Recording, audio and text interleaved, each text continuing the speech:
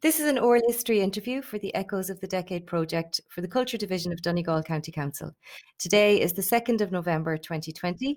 My name is Regina Fitzpatrick, and today I will be speaking with Stewart McClean from Newtowncunningham. We're recording our interview online because of the current COVID-19 restrictions. So thanks very much, Stewart, for taking the time to speak with me this morning. No problem. Brilliant. So Stewart, we'll start off, if you don't mind, just if you could tell me what year you were born and where you were raised. I was born in 1965, and for the most of my life, I've been raised in Newtowncunningham. Okay. And were you there as a small child, or did you move around?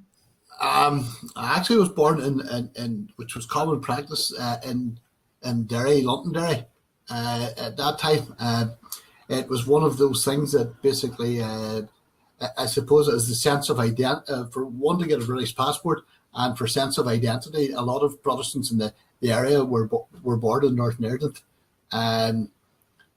I spent most of my young life, I lived in Belfast for 10 months as a child, 1968, 1969, at the outbreak of the Troubles.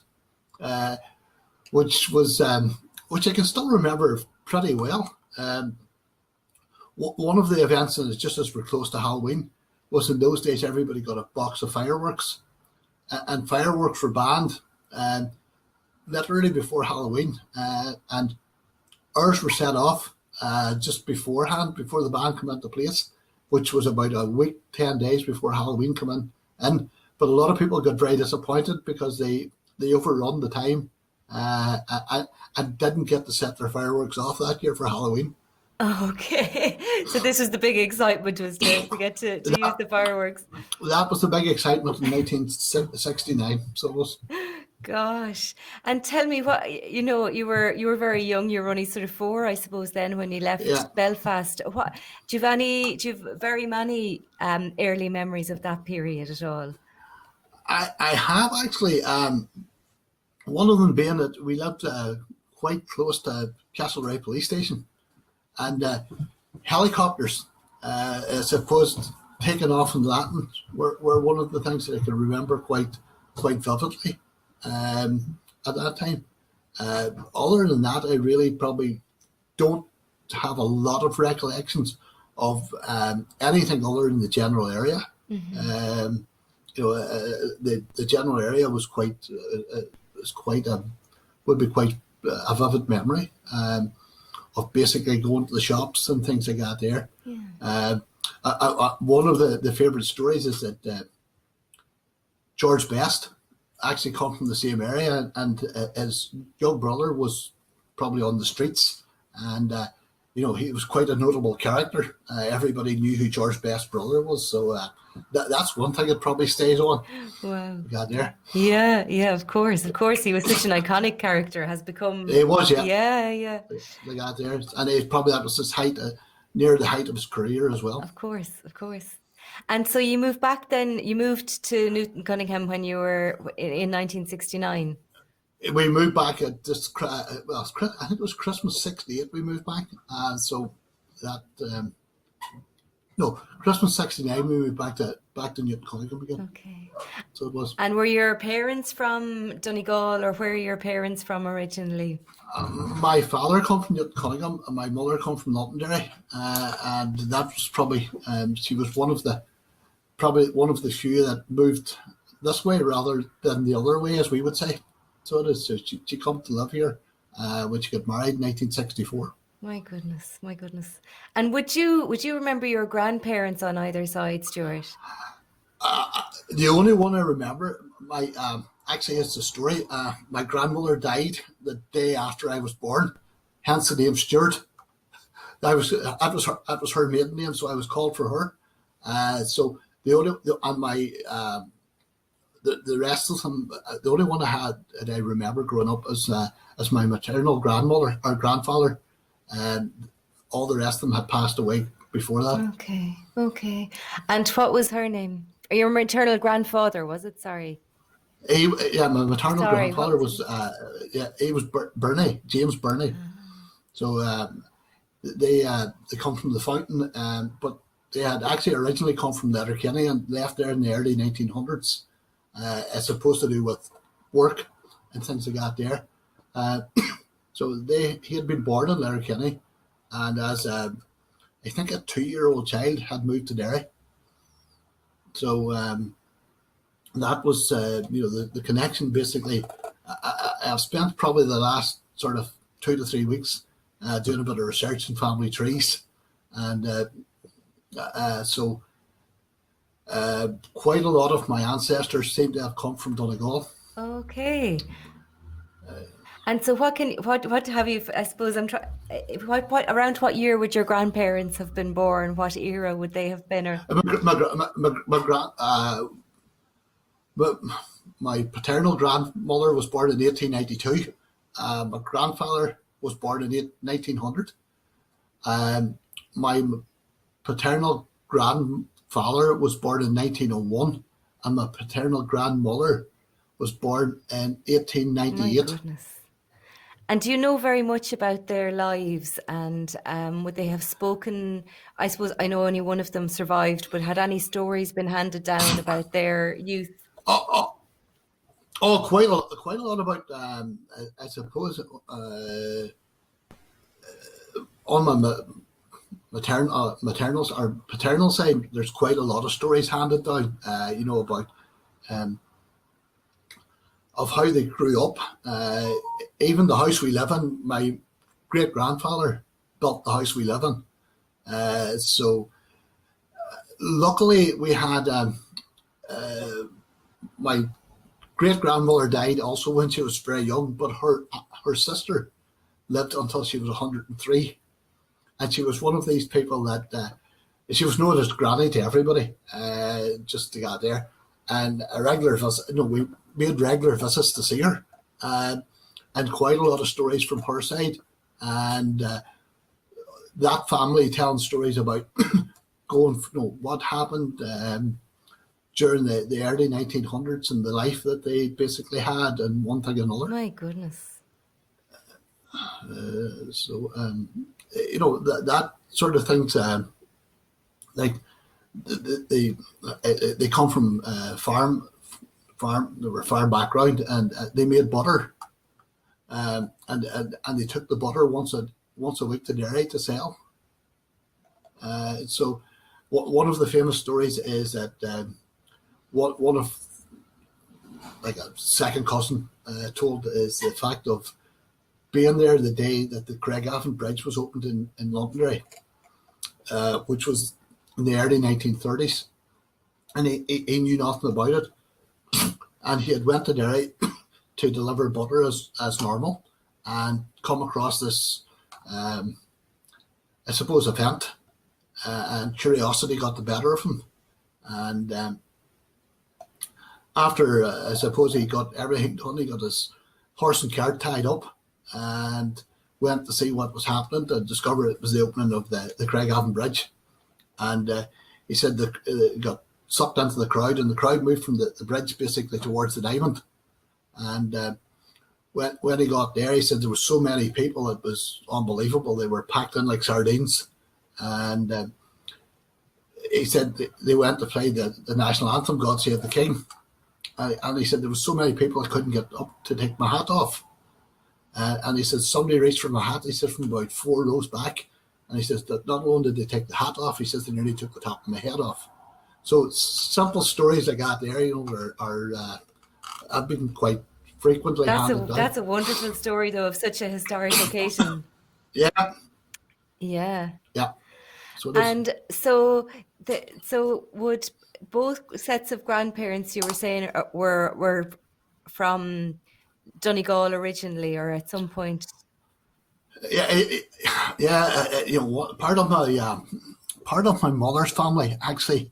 We've discovered one of them died in the First World War, but was never talked about. A man called George Henry Williams, and my grandfather was married twice, and my mum's stepsister cleared out the house, and when she cleared out the house, she discovered there was First World War medals, and this had never been talked about. More I'd done a bit of research locally about the First World War. My mum had never mentioned it to me. And so after one night, out of curiosity, the medals come to me eventually. And out of curiosity, I one night got them out, started to look at them, and started to read the medal. And it said George Henry Williams, 11th Battalion, Royal Enniskillen Fusiliers. At which point I nearly hit the floor, because 11th Battalion, Royal Enniskillen Fusiliers were the Donegal Regiment. My mum had always told me her people were Welsh. They were by the name of Williams. So I never made any connection. So after a bit of digging and one thing and another, discovered he had actually been born in Donegal, had went to school in Carryart,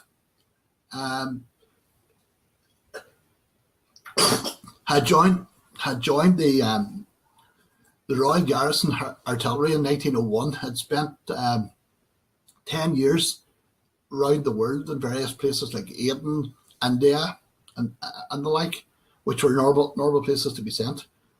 But obviously had joined signed up as part of the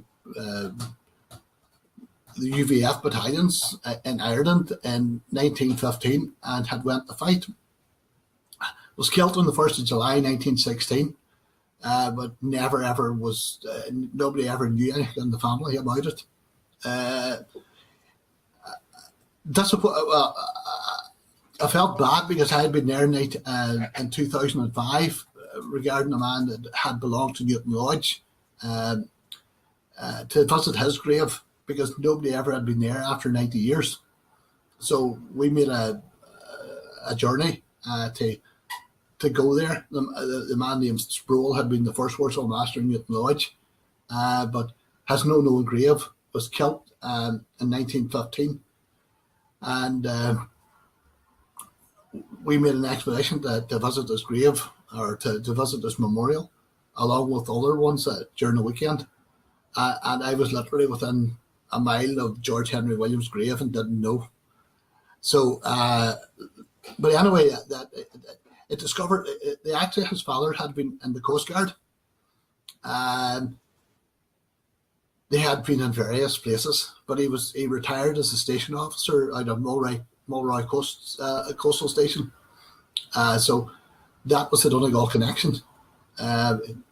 But one of those family stories that never really had been told. That wouldn't have been told, or what do you think the reason for that might be, that it wasn't handed down, or? I think there was a secrecy after the First World War, from what I'm told. It never really was discussed due to the horrors and whatever else had happened.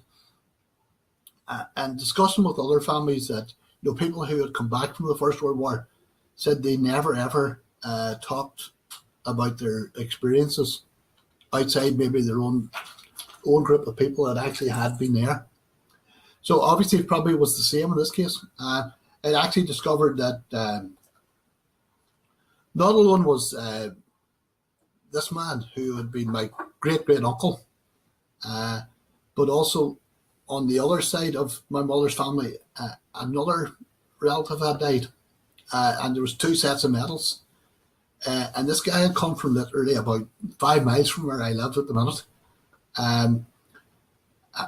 Had left and went to live in Derry in the late 1800s. Had emigrated to Canada, joined a Canadian regiment. He joined the Manitobas and come to fight as part of the Canadian Expeditionary Force, and was killed actually on the 8th of November 1917. No known grave. The only good thing was the Canadians took photographs of all their companies before they sent them to Europe. So we actually ended up getting a photograph of him off the Canadian military website. So at least we have some record of him now to go along with his medals. So this guy was called Thomas Bovard. Had been born outside Burnfoot, County Donegal. and he had emigrated sometime in the 1900s to Canada, and was quite common, had come back to fight in Europe. So those are stories that sort of, as you start to dig, you find a bit more and a bit more and a bit more.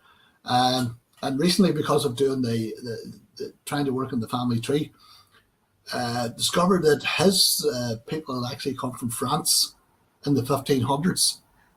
I think the name is unusual. I hadn't heard that name before. Yeah. Oh, it's actually a quite common name about Is it? here. Okay. Yeah, they got there, but obviously it has a slight spelling change, and they had come via Scotland.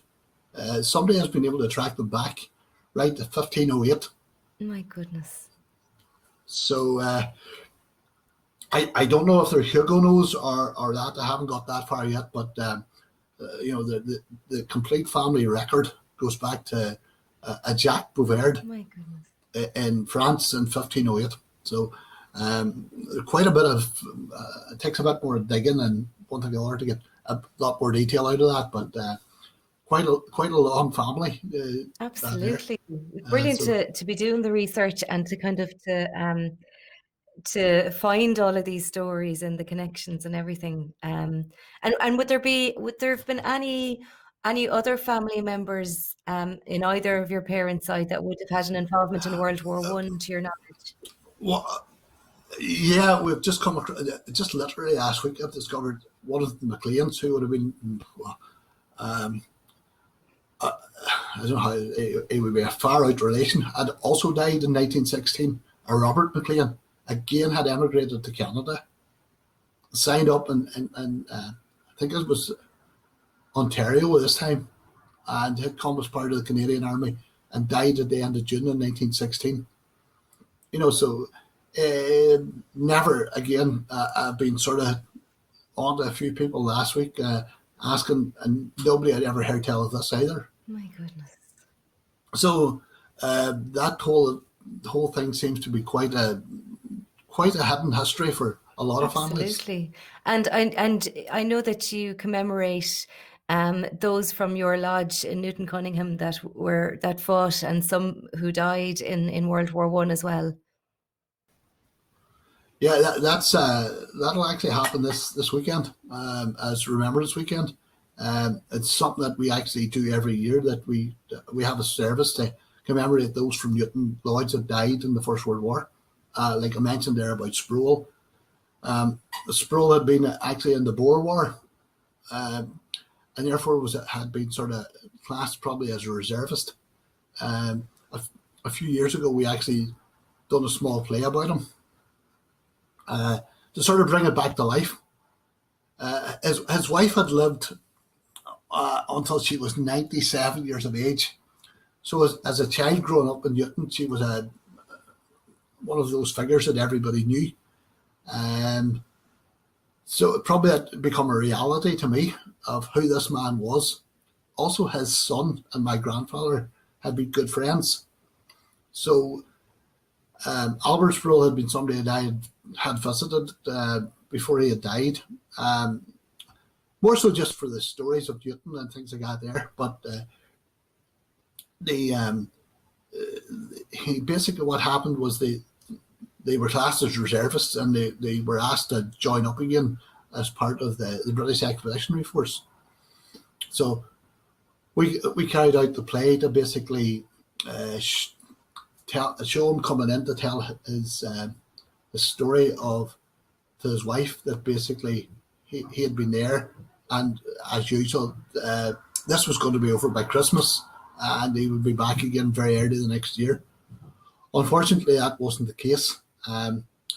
He went back as into the 2nd Battalion Royal Enniskillen Fusiliers, which were a regular British Army regiment, and they took part in a battle in May 1915 called the Battle of Festubert, and proportionally the 2nd Battalion Royal Enniskillen Fusiliers lost more men that night than what was lost on the 1st of July in the Battle of the Somme.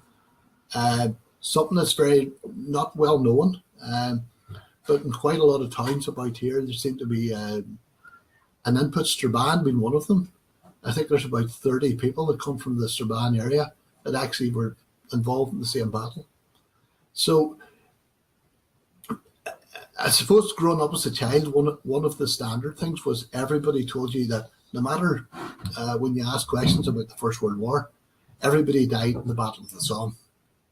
And it was only in later life that we started to do a bit more research and discovered that of 7 members in Newton Lodge, only 1 had actually died in the 1st of July 1916. A man called William Donaghy, one of the lucky ones, I suppose, if you could class him as lucky, that he actually has a grave, and he's buried in the Mill Road Cemetery, in just very close to the Ulster Tower. He actually looks down behind it, but he was the only one who was killed on the 1st of July. Probably one of the stories that never really come out until recently was a man called Charles Ray, who also died in 1916, but in September. And if you read the battalion logs, he was part of a raiding party that went into the German trenches, and he was last seen attacking the Germans with their own grenades. They got there.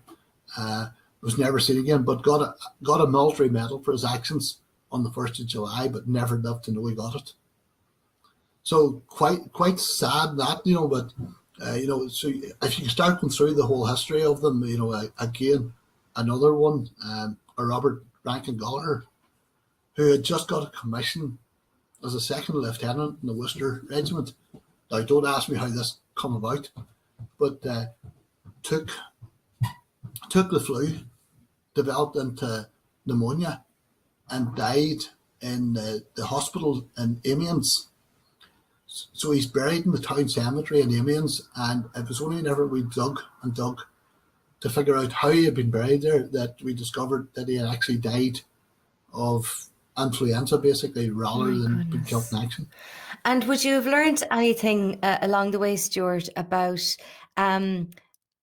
why and how a lot of these men from your lodge would have enlisted in the British Army at that time? Well, really, it comes from the fact that of the whole thing about home rule that was ongoing, where people were pro or anti home rule. It comes from the fact of there was a company of Ulster Volunteer Force fought in Newtowncunningham in 1913.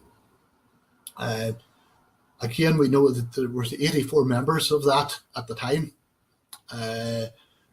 We've actually, a guy has done a history of it. A guy called Quincy Dugan has done a history of the Donegal UVF and of that time. And however or wherever he has come across it, he actually has presented us a certificate showing the strength of the Ulster Volunteer Force in Donegal at that time.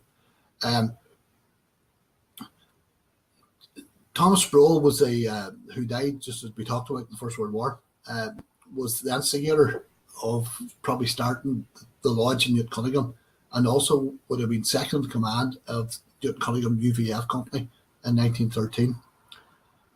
We actually have a photograph taken of a review of that company of the Ulster Volunteer Force, and it actually features on the banner of Newton Lodge.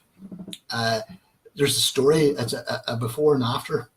It shows the complete company taken locally of some sort of review that took place, and the after is the war memorial that we have in the hall, showing those that had actually died and those that served out of that area. They weren't all, they wouldn't have all belonged to the Orange. There would have been some others there as well, but we have a list of 37 people that actually was part of the UVF at that time, including the local Presbyterian minister who had volunteered to go as a chaplain, and later went on to be a moderator of the Presbyterian Church in Ireland. a Reverend John Knowles. So there was quite a lot of them. Looking at them now, it's difficult to. There's very few family names left here that's actually on the war memorial. We know that some emigrated as far away as Australia after the First World War, but this is where they come to fight from. The Ulster Volunteer Force had been set up as the safeguard against home rule, or to defend people in case of home rule. They therefore, whenever it come to actual signing up, quite a large percentage of them volunteered to go and fight. And well, I think they actually signed in late 15, but it was early 16 before they were moved. Got there, and the story goes that they were moved to Finner Camp, which is in Bundoran, which is about 60, 70 miles from here. They trained there, and then they spent 4 days crossing the province of Ulster to ship out from County Down to go to England, and from England to basically across to France, which had to be quite a journey in those days. Quite a lot of it was done on foot, and they actually marched from over 4 days from various places to various places. And of those who survived the war and who stayed, who returned to Donegal, would they have returned to active membership of the lodge? And would you have heard any stories of them and how they fared out afterwards? That's what I'm saying. You know, we have a list of everybody that actually was there. Quite a lot of them, over 2 generations, seem to have moved out of the locality. You know, for various reasons. 1920 has been a very difficult time for everybody, and I suppose one of the things that probably we don't look at now, life was probably much cheaper in those days than what it is today, and there's a lot of stories that come from that period of post-World War that today would be sort of, I suppose, it's difficult for people like to understand and that there, but there was absolutely there's very little record of in minute books or anything, or even orally, of people that actually served in the First World War, of what their experience was. You know, there didn't seem to be any sort of passed down stories of, you know, I was there, this happened, I seen this, I heard that. In contrast to the Second World War, Second World War stories were passed freely amongst families. You know, again, from both my mother's family and my father's family, there was quite a bit of involvement in the Second World War. I had my great aunt's husband was actually captured in Dunkirk, and he was missing for about 3 months. There was no record of him, and I suppose the worst was thought that basically he had been killed, but he had been transported across North Europe to basically a prisoner of war camp very close to Berlin. And what seemed to have happened was that when they wrote home, they wrote to say, I seen Wally Black, I seen James Burney, and somebody who lived close to where my great aunt was had wrote to say they had seen her husband in the prisoner of war camp. And that was the first record that they have of him being told to be alive. His name was William Black. So he was. I got there. And again, you know, these are the sort of stories that are filtered down. They had no family, and all his whatever memorabilia from the Second World War come to me. So I have set of Second World War medals, but top of that, I have things like German and Russian cap badges. That I even have a German version of New Testament that they were given to try and encourage them to learn German. And in it, he has listed a lot of people that he actually was in the prisoner of war camp with that come from Northern Ireland. My goodness. And where was he from himself? He was from Derry. I can't find any sort of record of that. But, those stories were at my father's aunt, her husband, was captured in Singapore and spent the Second World War as courtesy of the Japanese. And again, he would have told the stories, quite horrific, of being in a Japanese prisoner of war camp during the Second World War. And even to the fact that he was liberated with that year, and the ship, when they were moving them from the prisoner of war camp to Australia, was actually hit a mine and sunk. So even after he came out of the prisoner of war camp, his war hadn't been over. But those stories were quite freely told. My goodness. And did he survived. He survived. He survived and died of an old age. But growing up, the people that you come across, the North Irish Horse become a tank regiment after the First World War, and playing in bands. There's quite a sort of an intergenerational community, and has been 18, 19 years of age, listening to guys that had served in the Second World War and telling their stories about being in the desert during the Second World War. They telling you that they were in the tank and you had two shots. You fired the first shot, which alerted the German tanks to where you were, and as soon as you fired the second shot, the tank had to move. They got there, and the guy told me he was piping, and he says the only reason I survived, he says, because I could pipe, I was moved back to mainland Britain to play in the regimental band. He said the rest of the tank crew was killed. My goodness. So stories I got there handed down, and I suppose it's having the exposure to that sort of intergenerational communities. They're freely, the Second World War stories were freely told, but the First World War stories were not. And would there have been a lot of people from your part of Donegal that would have been fought in World War II? I'll show you the change in that. In 1915 or I got there was 114 members in Newton Lodge and 37 went to fight. In 1939, there was 48 members in Newton Lodge and 2 went to fight. So it showed the change in population, the change in demographics, that of how people looked at things. There still was quite a considerable amount of people that went to fight. I joined on my father had 2 great uncles I had 2 great uncles that fought in the Second World War. I got there, as well as the man who just spent an aunt. 2 aunts had husbands that fought in the Second World War, but they,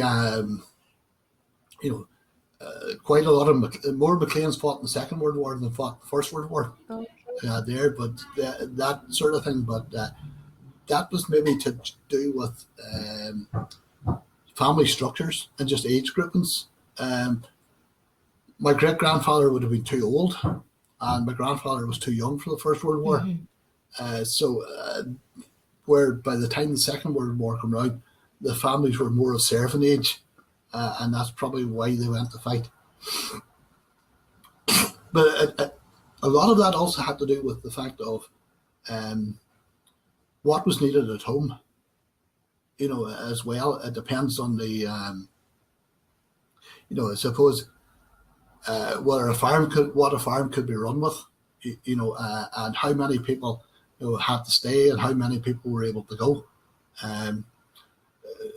We come from, I suppose, a family of carpenters sawmill, having sawmills, and therefore there was somebody, it was an essential industry at home to keep linen, to keep the flax industry going. So therefore, it wasn't as easy for people to leave and go. Where second sons were able to go than first sons, that probably are people that were not directly. Again, I suppose economic times were different in those days as well, and quite a lot of people went because of the financial gain, or what they could see as a steady wage coming back home,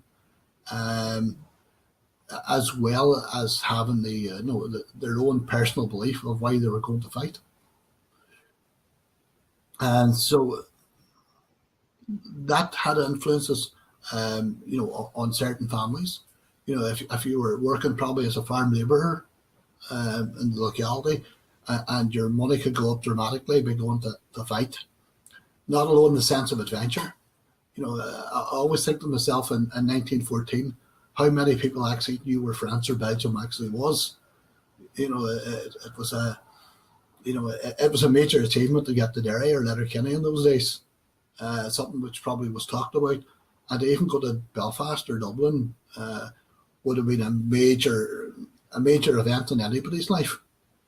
So to head out of a place called Newtowncunningham and to not alone to go to England, but to go further than that, it must have been a remarkable achievement for those people to get that far. Absolutely, yeah. It was heading out into the complete unknown, wasn't it? Really. It really was. So those things actually have, if you think back and look at it, then sort of, to be.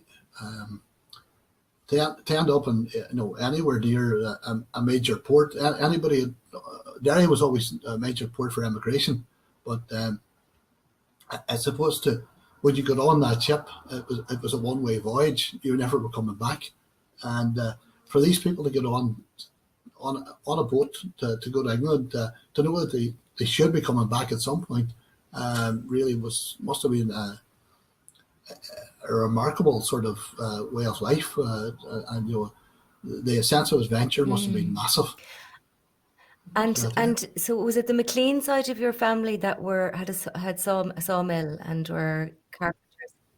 Yeah, my great grandfather and my grandfather had a sawmill, and they're supposed that part of their staple business was making wipers for flax mills.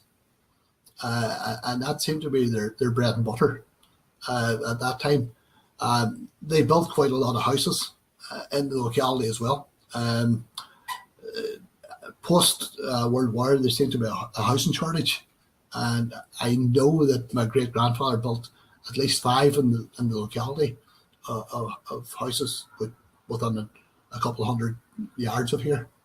We got there because growing up, we actually had the plans for them, where I can't remember what ministry they were, standard house, and they were sent out for local builders to try and solve the housing crisis that maybe existed in those days.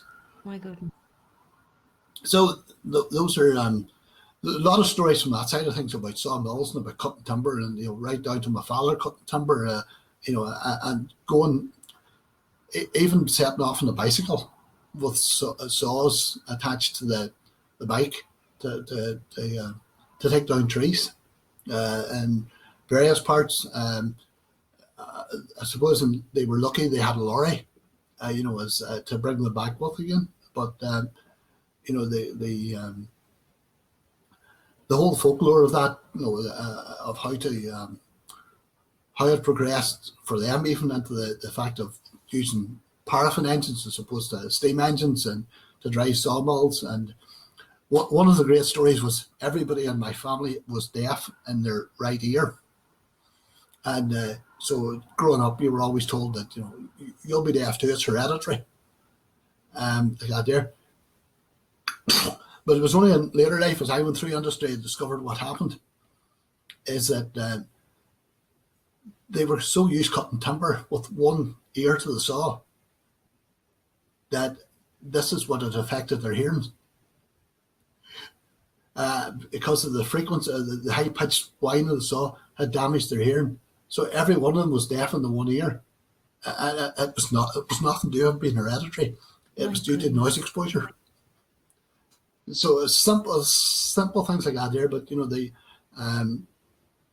remnants of saw of cut timber is, I suppose, by the 1940s, flax had started to become a sort of a very small crop, and therefore there wasn't the need for what they were providing, and unfortunately that was sort of the demise of the sawmill, and people went back into more into building trade.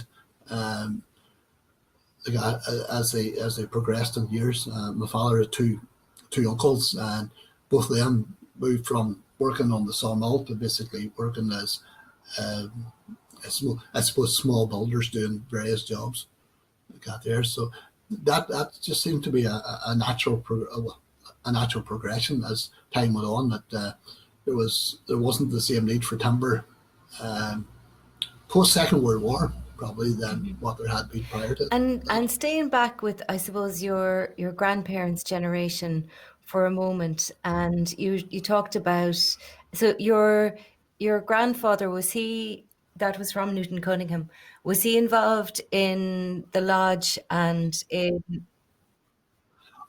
the UBS? Oh yes. We actually can work on as far as Newton lodges. We're able to trace back 5 generations of McCleans up to myself. My great grandfather, but his father-in-law also belonged to Newton Lodge, a man by the name of Machan. So I become the 5th generation. The lodge started in Newton 1911. They got there. So the lodge again was formed around the Home Rule crisis. It was seen as a structure for protection, I suppose, of the Protestant people as things went along. I suppose there was a demand. The Ulster Covenant of 1913 was actually signed in Newtowncunningham Orange Hall. So I can get all my people of that time signatures of the Ulster Covenant on that day.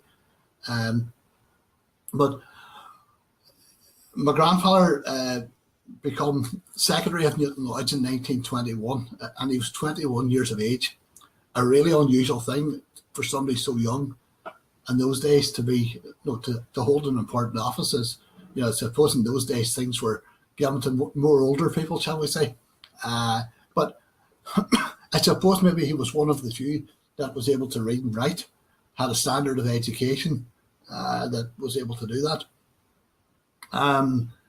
So he had 2 terms as Warsaw Master or Chairman of Newton Lodge, one in the late 20s and one in the 30s again. Likewise, my father was Warsaw Master, but I think we have sort of over 109 years in Newton Lodge. We've had what my grandfather, my father, myself, and one of my father's uncles have all been secretary of it. So probably in saying that, we've probably nearly held the job of secretary for over half the term in Newton Lodge, but that's neither here nor there. So there's quite a generation, but a lot of stories around that time of post partition, civil war, what happened, and a lot of folklore handed down in that era of the 1920s. Newton Lodge, Newtowncunningham Orange Hall actually had been the town hall in Newtowncunningham, and was bought by the Orange men in 1913 for the princely sum of £100. The court actually met there because it was the courthouse up until 1985 as well. But there was quite a lot of stories about, obviously the local UVF company drilling in there, and what was the courthouse seemed to cause quite a lot of concern. Newspaper articles of of the day and everything, of people worried about it. But again, everybody's own tradition, sort of, they'll look after it. And I suppose if you're coming from a tradition outside of that, it was seen alien or threatening, or whatever way you want to put it. But because it was the courthouse, it had what they called the black hole, or the jail, for anybody that was there. So one of the stories that goes, or is folklore, is that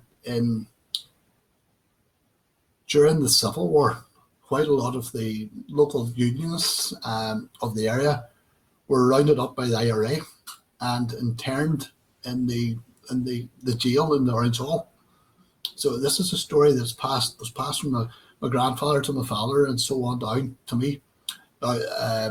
We know that yes, there was quite a bit of every Orange Hall in the locality had been taken over by the IRA in that time. So there is substance to what the story goes. How long they were there, how they were released, or anything else, we're not sure of.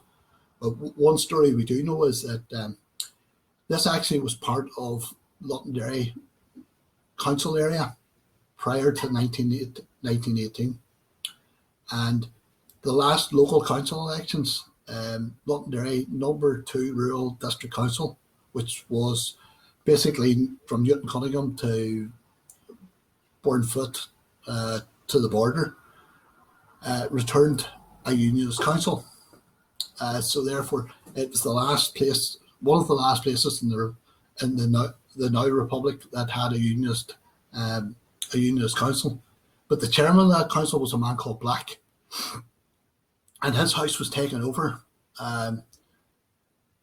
by the anti-treaty forces in the Civil War, so that they could launch an attack in Newtowncunningham on the regular soldiers coming through the village. He actually lost everything. He had to take his furniture out of the house, and it was stored in the Orange Hall for a period of time afterwards. The attack took place the day after the treaty was signed, and there was 3 regular soldiers who were on their way to Dunree, killed in the village, just about 100 metres from where I live. Again, a story that's never really told. There's no sign of commemoration on it or anything for those people that died at that time.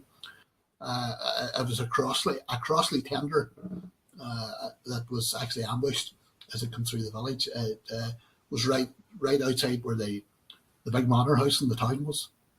Apparently, you used to be actually able to see the bullet holes in the wall of the house where it actually happened.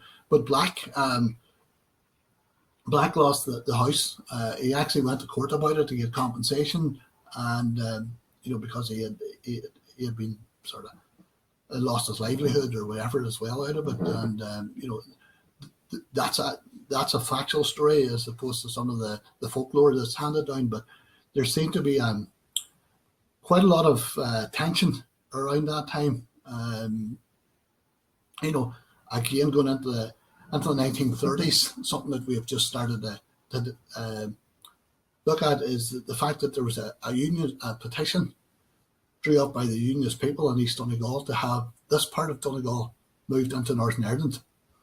And they got about 7,500 signatures to move this part of East Donegal, and that all come back from part of the sort of the promise of the Border Commission that areas that were predominantly unionist or predominantly nationalist would be moved until where they would feel more akin to there. But that never happened. But the people here basically went ahead and asked to get moved back in the 1934, I think it was.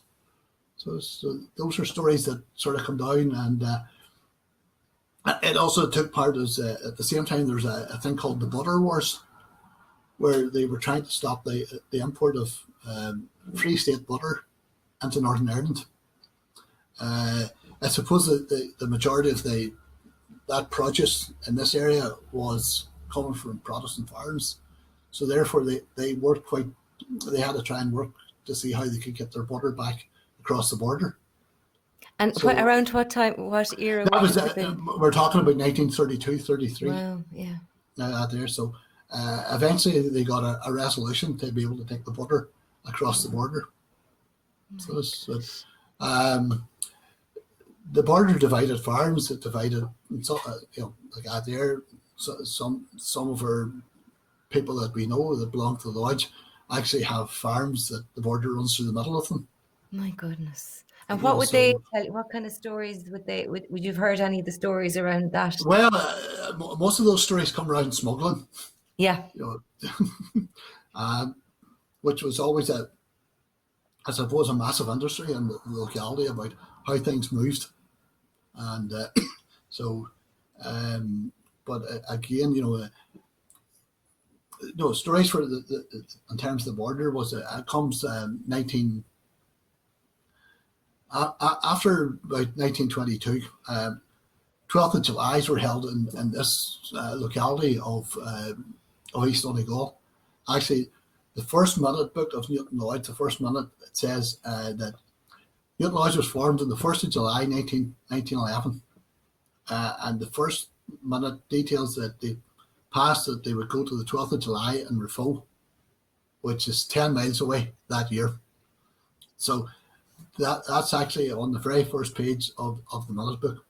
Oh my goodness. But 12th of July's were slightly different, and they took place in religious ceremonies in those days, and took place in the churches. But they seem to take place in St. Johnson, Carrigan's, Refugee, up to partition. And it was only after partition that that people started to move across the border to have the 12th day. The number of stories regarding that are numerous. Coming from one from the father when he was a child of being attacked in the village. So he says there come a hail of stones out over a wall at them one 12th morning. He obviously was maybe in 5, 6. So I work it out. He was somewhere about 1935, 36. It happened, and he said his grandfather had him by the hand. And he said the stones come out over the wall. So it's that there. Later stories is more about how to bring stuff out. If they get new instruments for the band, it was a great way of getting them back on the 12th night, because they put them in the bus. They had their paperwork filled out from the morning. So example, 4 drums went in the morning, and a different 4 drums come back out at night again. Because it's like out there, so everything was documented, but not the detail of makes or numbers or anything. So I think those were all sort of quite normal stories. And I want to ask you about the history of the 12th and of the lodge as well. But just before I do, I was just curious about around the time of the War of Independence. And you mentioned some stories associated with the Civil War. So I'm just wondering about what life was like for Protestants in Newtowncunningham during that particular period, and if you would have heard any stories about that. Yeah, first one is my grandfather's sister married an RIC man who had been an ex-New Zealand soldier. Whenever he was demobbed, he must have volunteered to join the RIC. So he's from New Zealand? He was from New Zealand. He had, as part of the family tree, I discovered that his people were English, but he had come from Auckland, New Zealand. He had joined up and obviously had survived the First World War and come to Ireland. I never could figure out what he was until recently. But he married my great aunt. And as part of that, they left Ireland in 1922 and went back to New Zealand again. They had no family. But it was only in recent years I discovered something called the Irish Refugee Board. And they said they had actually, because of his connection with the RIC, they had to leave Ireland and go back to, and they went back to New Zealand, obviously, because of his connections. But he died in 1965, this man. I never knew him. But my father's aunt came back to Ireland in the 1970s because she had no family of her own in New Zealand. And she came back here. She never spoke either of events of that time, or not that I knew of. But she came back here to whatever. She had one sister, one brother here, and she had an aunt as well who was alive. And she lived between various households, as sort of thinking about it, like really like a nomad. She come to visit with us for 2 or 3 weeks. When she got fed up with us, she went back to her sister. When she got fed up there, she went to live with her aunt, and so on, round and round and round. And that's. And what was her name, Stewart? She was Edith McClean, who became Edith Longfall. She was born in 1902. It was never really was mentioned. The folklore, of this guy Jim Longfall being connected to the RIC was always passed down, but no reason of why they left or anything like that. And it's only more recent years I've actually found her papers where she left Ireland in 1922, and they went from Ireland to Tilbury near London, from Tilbury via Australia to New Zealand. My goodness, that was some journey. So that was some journey, is right. And so those are things that sort of, but no mention ever of of why they left in 1920, why she left in 1922. My grandfather had there was 3, and there was 10 of a family altogether, and my grandfather was the only one left in Newtowncunningham. The rest all left.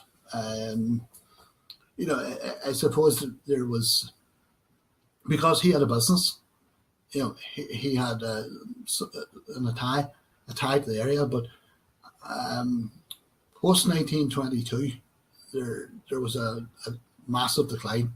Like Newton Lodge had 118 members, and by the Second World War, that had reduced to 48, and by 1960s, that had halved again. So it showed you the movement of people out of the area.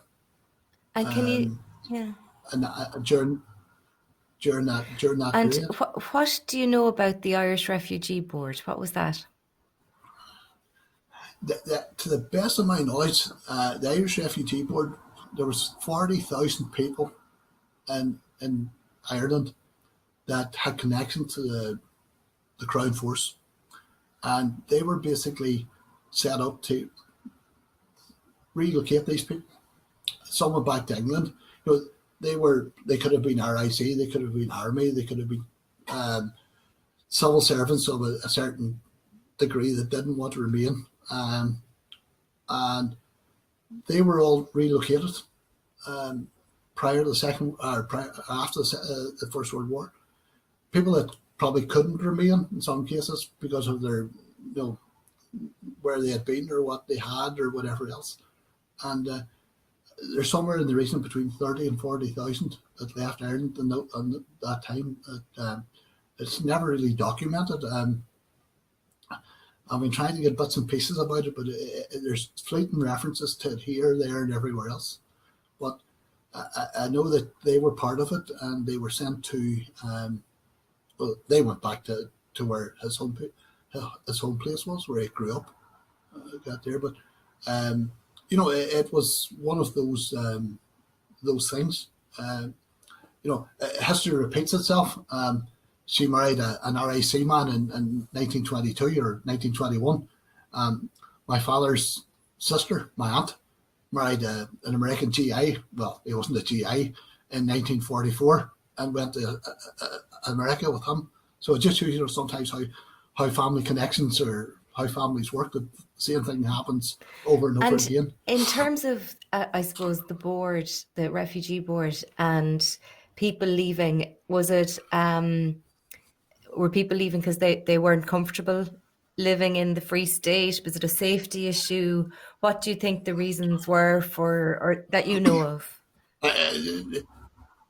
It was safety. I think mainly they looked at, I suppose, a lot of RIC had the option of joining the RUC. I suppose in his case, because of his connections back to New Zealand, it was probably, there was no natural tie to do that. He hadn't come from Ulster's originally, so they probably seen it as a better life to move halfway across the world again to where he had come from. Other people felt threatened. At that time, basically, it was, there seemed to be quite a lot of land sale. People put their farms up. There was quite a movement of people. If you look in Newton War Memorial, and we start going through the names, bar maybe 5 family names that's still in the area. You look at it, and some of them have completely disappeared from this area. Like one family had three sons that fought in the First World War. 2 of them were killed in the First World War, and obviously they have moved away. Some moved across the border. Like my grandfather's brothers, they all moved to Derry. I suppose a place of employment, a place that they seen as more secure, where there was probably more tension in Derry in 1922 than what there was in Donegal. It probably was a more difficult environment to live in. Even the fact that there was checkpoints on the ground, because my mother's great aunt always told the story of the fact that they only searched men and not women. So whenever they wanted to smuggle anything through a checkpoint, it was given to a woman, because she openly told the story of taking revolvers through police checkpoints in those days. So that was probably the reason for it. But the Protestant population, in this locality, decreased sort of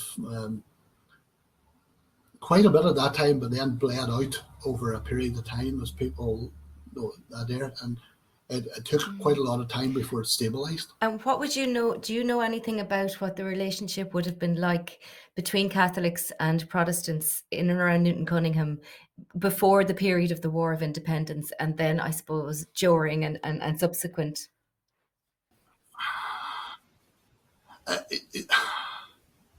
From what you're told is that it was fairly harmonious. Like my grandfather had a sawmill. His workforce would have been very diverse as to what it was all locals he employed. It wasn't to say that he employed only one side or the other side, and those were the things that sort of out there. There would have been an air of tension that probably existed during the 1920s. I suppose in generally the relations were good, but I suppose from certain areas there was always an air of suspicion. During I suppose the 20s, 30s, and even into the 50s, there was IRA activity in the area. Things happened, and I remember my father's passing out for a walk as a child and passing a farm shed one day and saying, "Look at the lock on that there, or the bolt on the door of the shed." He said that had to be put on such and such a time because of the activities that happened. That sheds were being burnt, things were being attacked. So there was a level of security that came in during that time. But again, it was probably put down to certain individuals more than general. Generally, you know, things were pretty okay from what you read. Um, One of the stories that I can remember well, and from the 80s, is that one 12th evening we had stopped at home on the way back from Coleraine, I think we were at for the 12th, and one of our neighbours said to my father, "What are you doing here? You know, have you not been away today?" In other words, she expected him to be at the 12th of July.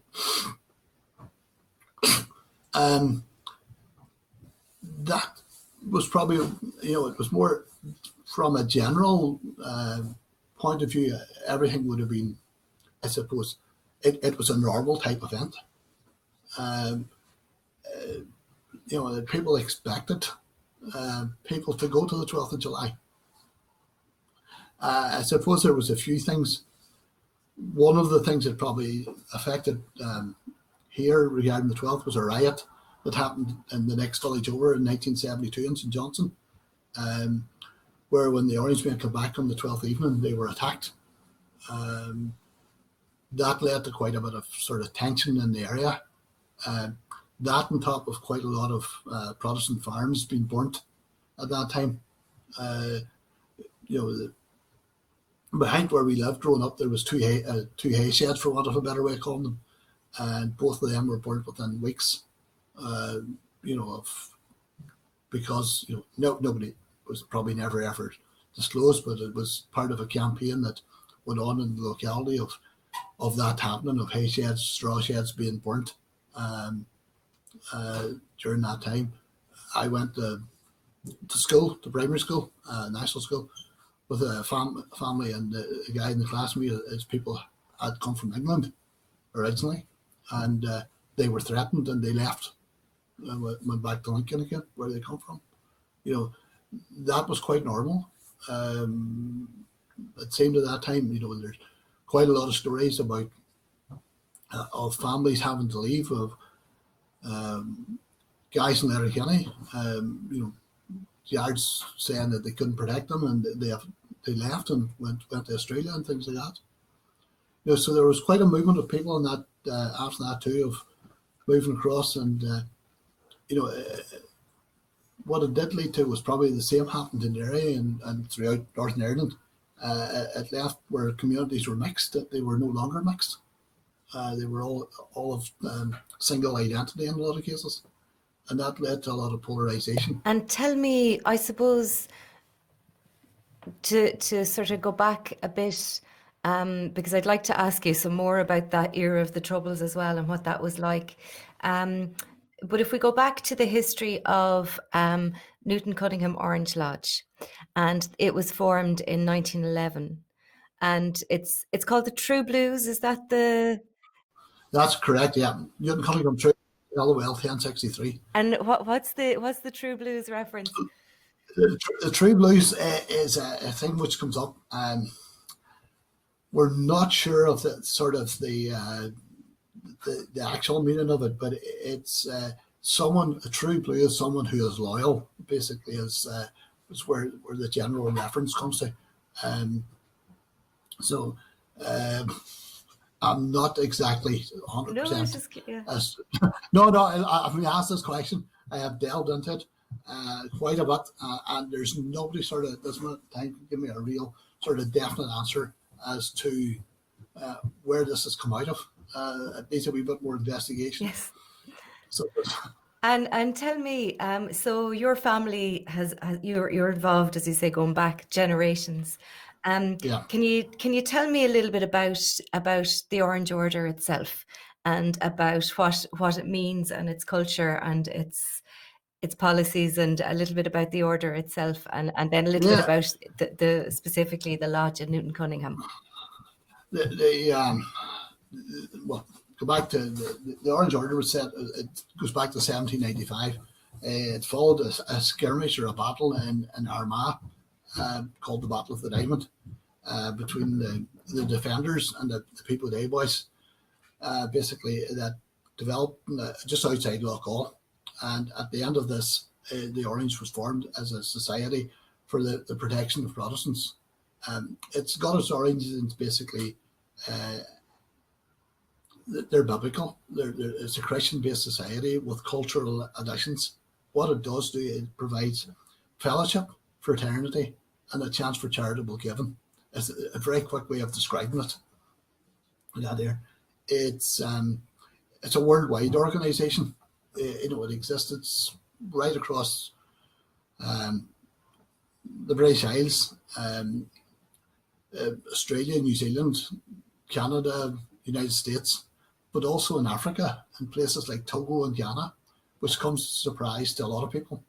And that is due to the fact that missionaries, Togo was a German colony during the First World War, and it basically afterwards it was changed hands into British control, and obviously the missionaries that went there took Orangism with them as part of their identity, and it survives there to this day.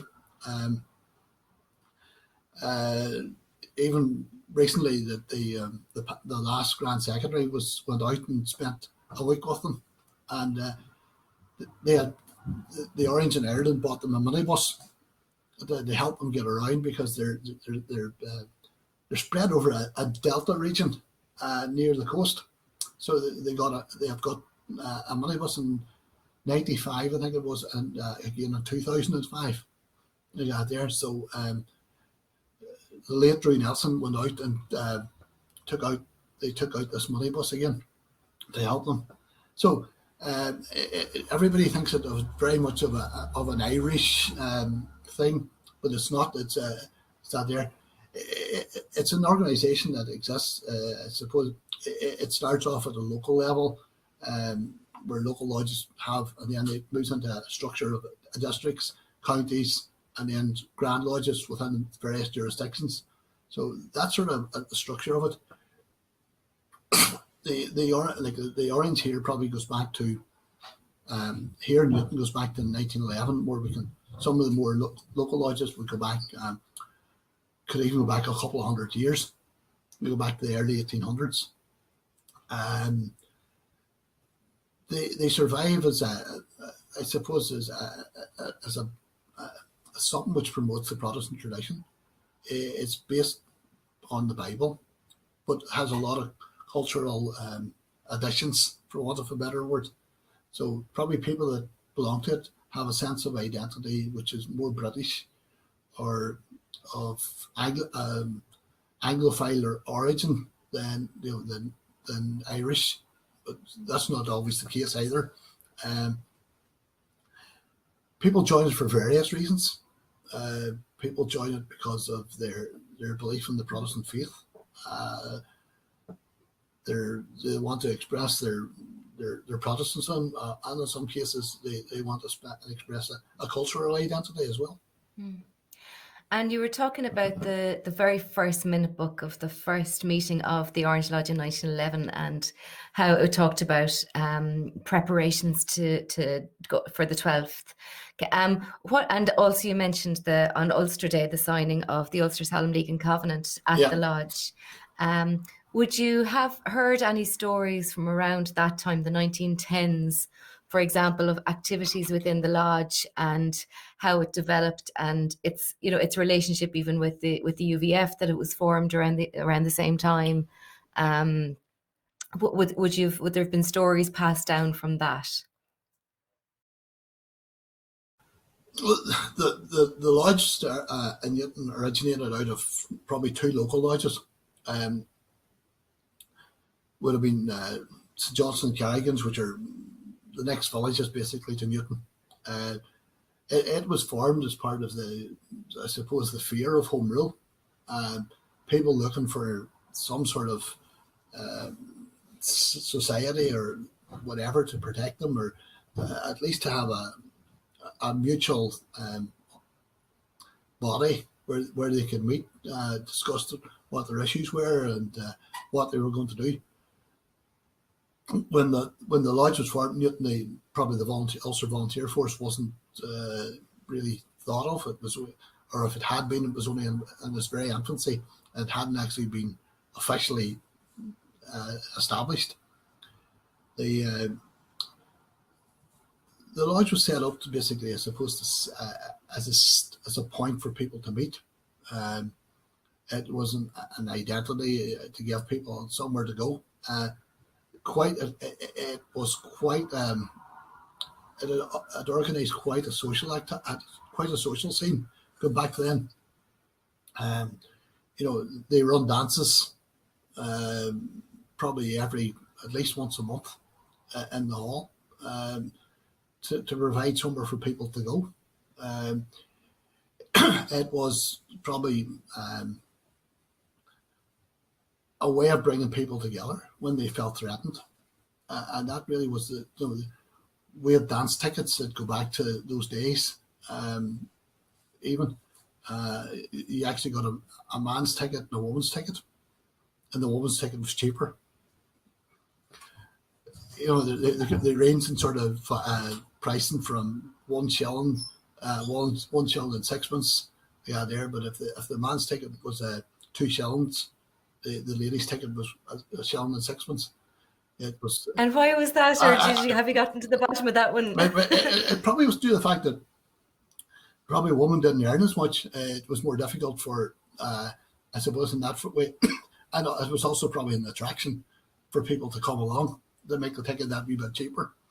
They got there, but it seemed to be the highlight of the social scene in the locality for that week anyway, and that existed right up until the 1960s. The dance in the Orange Hall was still going in those days. So it was something that carried on for quite a considerable period of time. But the original lodge had a flute band. So again, there was I suppose people didn't have money, was tight, and I suppose it was something again for people to get involved in.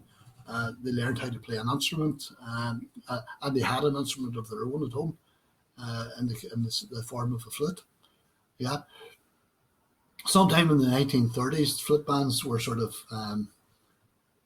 replaced by pipe bands. For what reason, I don't know. Because things become more expensive to run, but there seemed to be a move across at least 3 different lodges here where they moved from flute bands to pipe bands in that early 1930s. And so Newton had a pipe band from 1930 to 1970 because of the influence, or because of the troubles that the band stopped functioning in 1970. And in 2005, we started an accordion band again. So that was after 35 years, we reinvented something that had disappeared prior to that. But the importance of the Christianity, the Protestant faith, is paramount to what the lodge revolves around, and basically, but there's also the social side of it that brings in,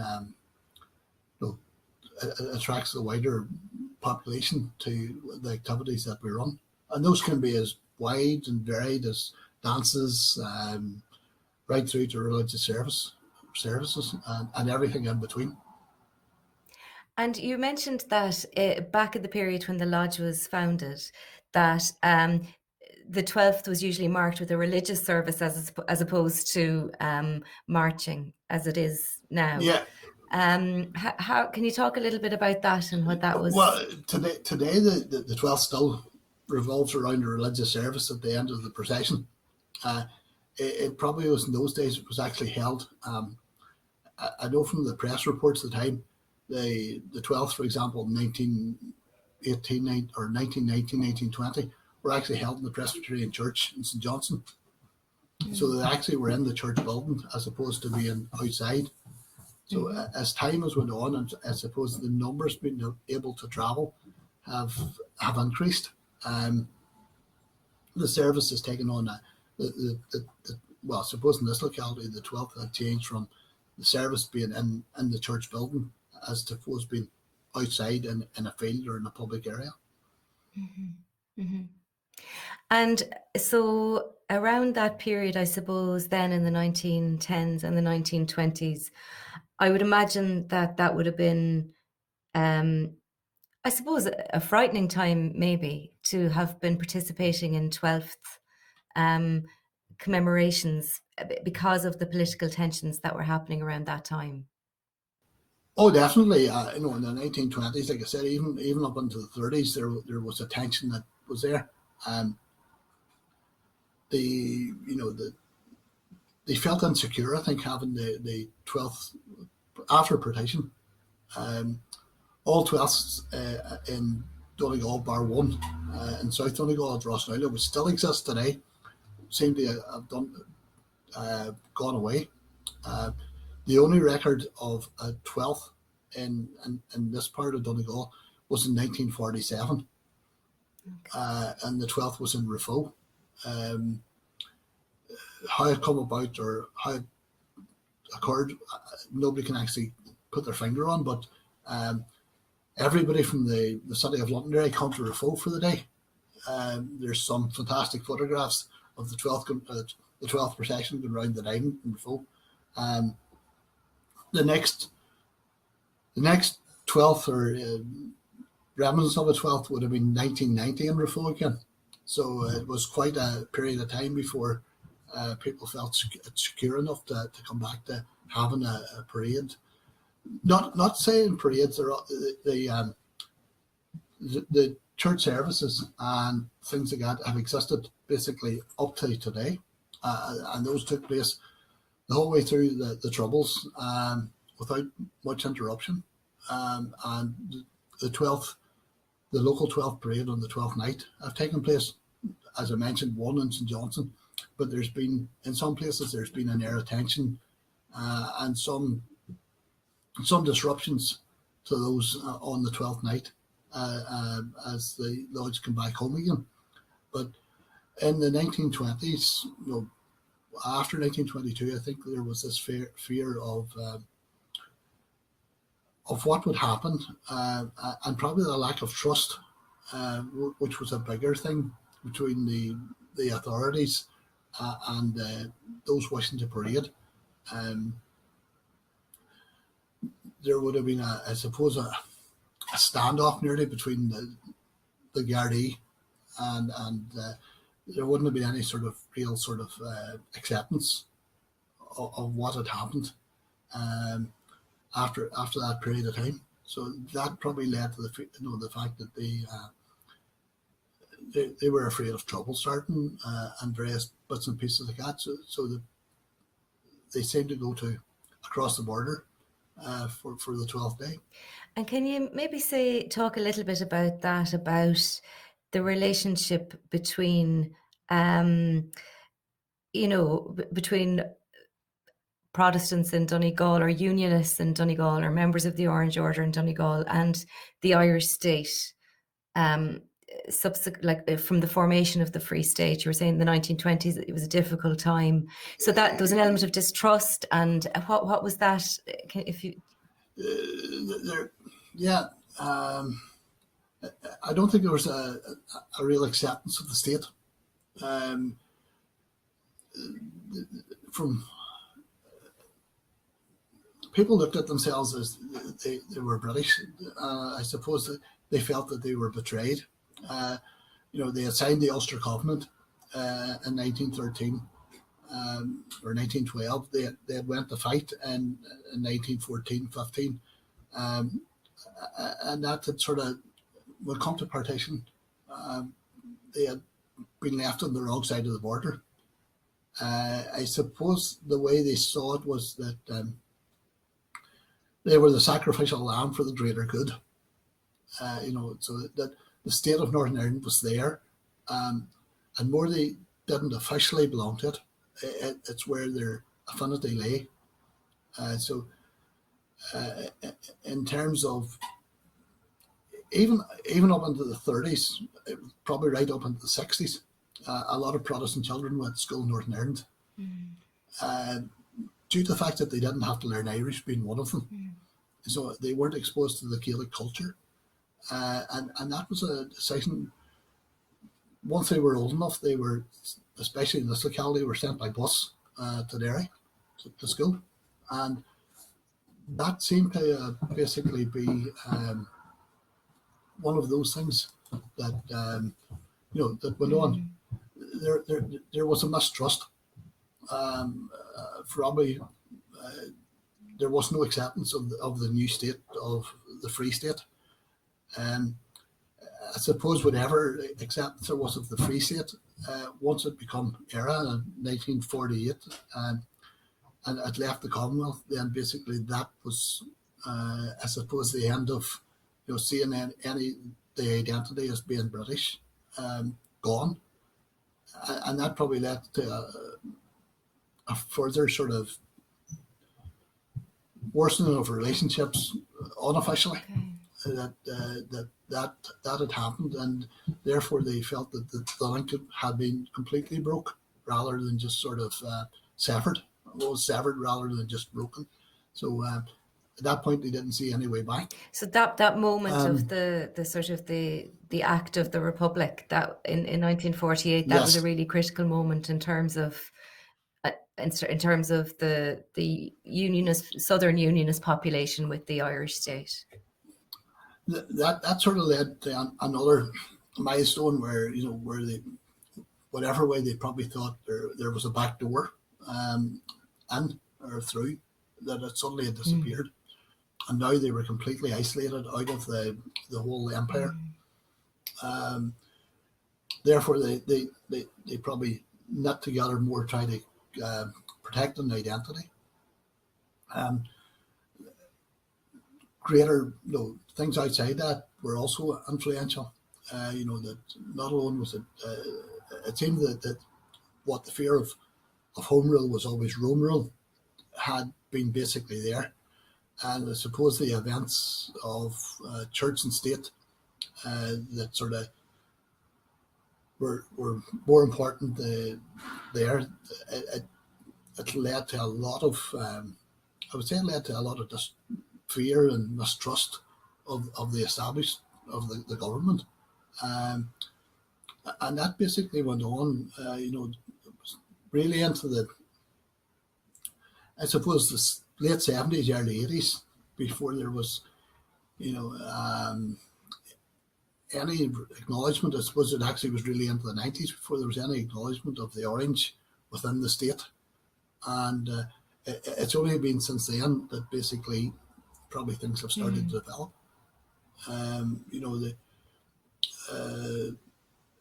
The flag, I suppose, is there's various events, but it's the tricolour is green, white, and orange. Green for Republican, orange for Unionists, and the white of the neutrality in the middle. And I suppose from their point, they could never see where the orange part was. There always seemed to be a reason why things weren't recognised, the difficulties of it, the fear of existence, the fear of expression of, I am a Unionist, or I believe my identity is British, was always seen to be a way of putting you down. So therefore, it was probably a very hidden agenda that has taken place. And even to today, people have this fear, I suppose, publicly, of saying, I belong, or I am, or, we have an association with. And that's something that I suppose we've been working on separately to try and get a greater understanding of.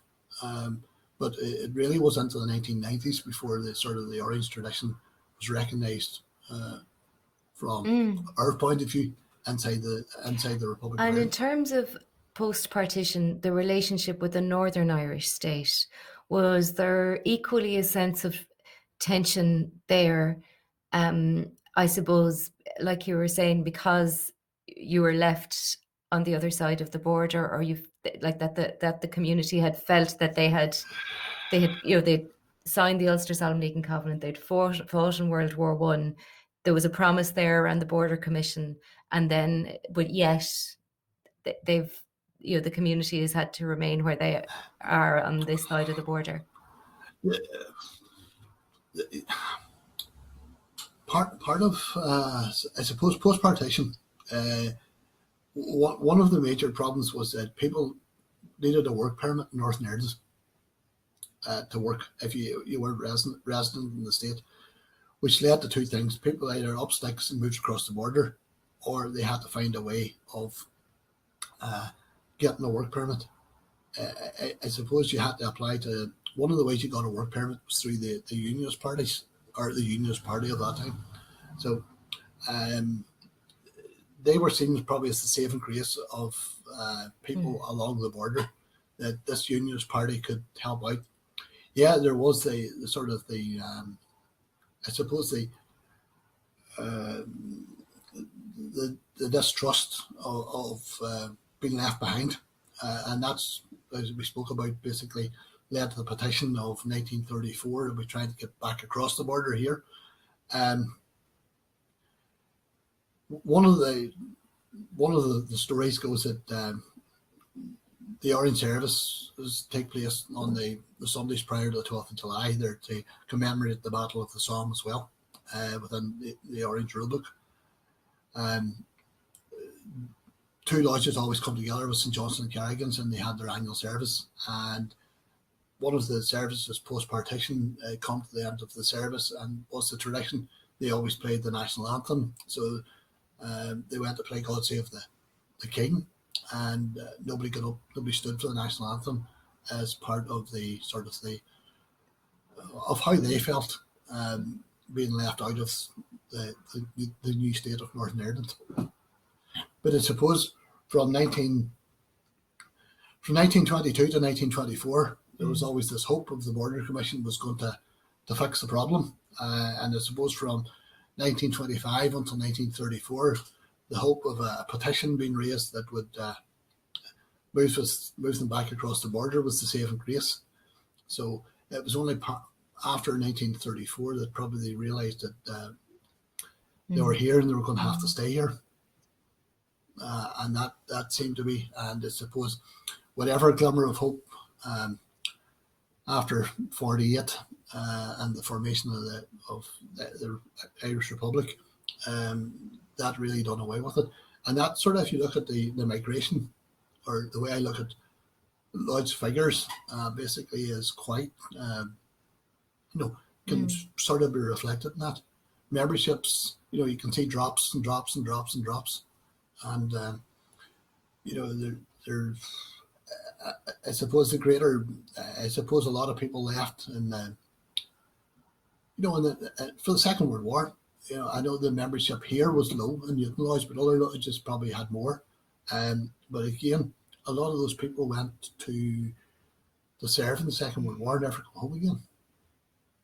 For example, and not so much through death, but the fact that they found a better way of life. And the whole, I suppose, economics of the Republic of Ireland post Second World War, right up until the 90s, was that of emigration of labour. There was an old guy who belonged to the lodge, and as a child he was the caretaker in the hall, and as a child I used to go with him. They give him a hand in summer to clean spoutings and bits and pieces like that there. And he had spent his whole life as a sort of a migrant labourer, back and forward to Scotland.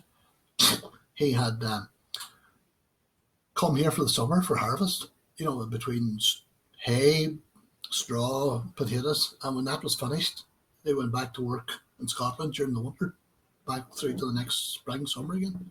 And when you listen to his stories of the way he lived, once the potato season was finished here, and there was no more work, they packed up and they went back to Glasgow again. And he was only one of many. So that was sort of a way of life. And that, other places, people here probably look more to Scotland for the way of life for that. But other communities, it would have been London or Birmingham, Liverpool or Manchester or whatever the case may be. And So around Newtowncunningham, for the Protestant community, it was very much Scotland. I know for Catholic community often as well, but yeah, just generally it would have been Scotland, and that was the fact that the boat the passenger boat used to leave Derry, so therefore it went to Glasgow. So it was a direct route. So other places it probably was different. What way the movement went, but that migration of people was significant, and I suppose in a lot of cases people went and never come home. And that had a knock-on effect. And I suppose once you went outside the main, I suppose up until recently, this has been very much an agricultural community, and people based in farming. And that sort of, I suppose, was your core element for your membership of the Orange. Because those people didn't move in the main, father, son, son down, like that there. So, they all belonged. And but outside of that, anybody else that once they were 18, they probably were away from home, and whether they come back or not was another story. And one story in recent years, I had a request from Grand Lodge in Belfast for somebody had joined Newton Lodge in the 60s, and they had moved to Glasgow, and they wanted to rejoin the Orange 40 years later. And he had got in touch with Belfast, basically knowing he had joined Newton Lodge mid-late 60s, looking to rejoin because he wanted to join the lodge in Glasgow. But that showed you that whoever that was had where their story had been, how they had moved from Glasgow, and then in later life wanted to rejoin again. So there's a lot of things like that. Has had significant events. How much of it's economics? How much of it was? How much of it was politics? It is very difficult to sort of split. I suppose the only way you can really split the politics from the economics is in terms of farms. People that actually own farms that sold the farm and moved across the border to buy another farm, or moved further afield. That can maybe politics, that they didn't agree with the way things had went. The terms of economic needs, of the work, the available work in a rural community. If you had to apply for a work permit, you had to travel to Derry. If you were renting a house in Newton, it was as easy to rent a house in Derry. And there was a greater probably, so it took away that. So this is the difficulty. Again, as one of the local councillors here said, maybe Donegal would have been better stayed in Northern Ireland. It might have been better off. And he didn't come from a unionist position. But these are things that it's very difficult. And the folklore of looking at families, why did so and so leave? Was there a reason why he left? Did he leave because he needed the job? Did he leave because he didn't agree with the state? Or was it a combination? 75% I don't agree with the state, and 25% and it's economic, or vice versa. And those things are very difficult. But what I do know is from the late 1800s onwards, there had been quite a considerable movement of people from Donegal into Derry for work, because the lack of work, even the shirt factories used to outsource their work. A lot of people work from home, so I suppose in those days the stuff was sent out in the train. It was collected, sewed at home, and then sent back the following week back again, as sort of an out workers. But I suppose as time went on, people looked to work in the factory, or the factory looked to have the workers there, so they knew exactly what was going on. But that was part of the whole movement, and there was no such thing as sort of a moving on a daily basis. going in the morning and come home at night. That would have been sort of wouldn't have been able, even with trains. It would have been a different way of doing things. So again, you have to try and work all these factors up. And I suppose it's kind of often said that the new Irish state was a cold place for Protestants. Well, yeah, it was. The folklore again goes about the animosity between my grandfather and the guards or even the Irish Army. There may have been a reason for that. One of the stories is that it's probably back to partition. They had rented the house here where we live out to the RIC, and it was the RIC barracks. And on the formation of the state, they wouldn't sign up to let the guards in. So they actually screwed the front door of the house. Because it was going to be the Garda Síochána and not the RIC. So there was, that showed the level of resentment in those days, that they weren't prepared to accept the state in that format anyway. And there was various, I think the guards took my grandfather to court because they claimed he didn't have insurance on his car. He said he had sent off for it and it just hadn't come back in time, but had been paid for in various bits and pieces. But, there was a level of mistrust at the very best between both sides. The army again would have been sort of another sort of, the story goes that they were involved in an accident, that whatever it was, that the army lorry was across the road and hit on the wrong side, but whenever it was investigated, it was nobody's fault type thing.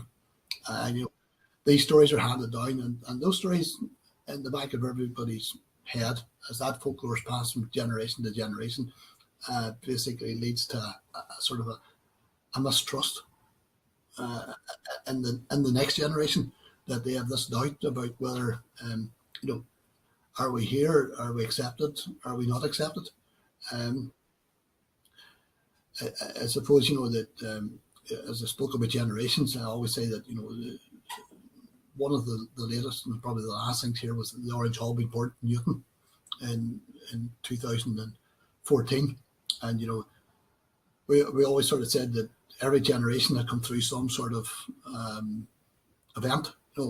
My great grandfather come through the whole Home Rule crisis into the formation of the state. My grandfather had come and had grew up in that era, had lived through the formation of the state as a 20-year-old and into the 30s, basically there, and then lived through both of them had lived through the First World War. My grandfather lived through the Second World War, and my father had been in the whole thing of the Troubles. I grew up through the whole way through the Troubles, and he said, now come whatever post Good Friday Agreement, that things should return to sort of normal. So he said after four generations, we felt probably there was a glimmer of hope going forward, that my son would live through a sort of a normal time. And one of his first experiences is standing in the burned out Orange Hall.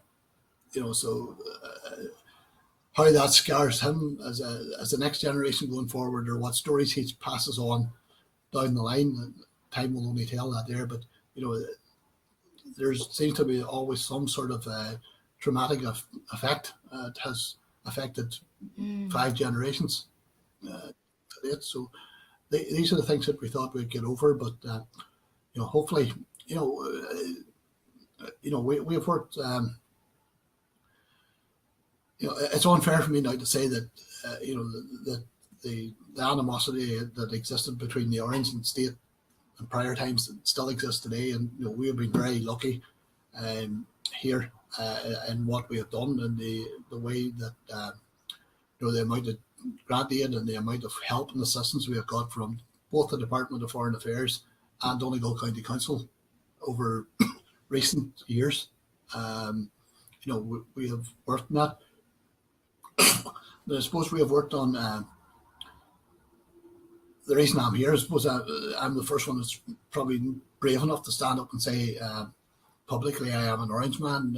I have my origins are of British tradition and that there, and I suppose it's developing that level of confidence and self belief that you're able to stand up and say that today, and that comes down to the help and the things that we have been lucky in acquiring from over this last, I suppose. And maybe just years. To speak a little bit about your grandfather's and father's experience of being Orangemen in Donegal in the 20th century.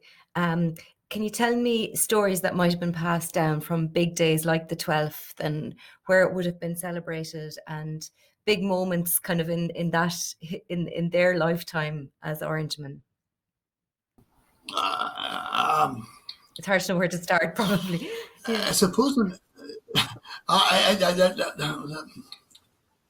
suppose my father's an easy one, and 50 years of one of the things he always talked about was going to the 50th anniversary of the signing of the Ulster Covenant in Balmoral. That he set, him and my mum weren't married, but they set off for the day to Balmoral to see that happen. So obviously it was significant from him to be there. That from the history he had learned or known that was a milestone within his Orange roots.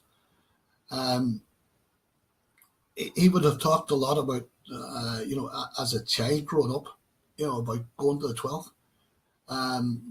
Normally, we had a sort of, I suppose Derry would have been the normal place for the 12th of July.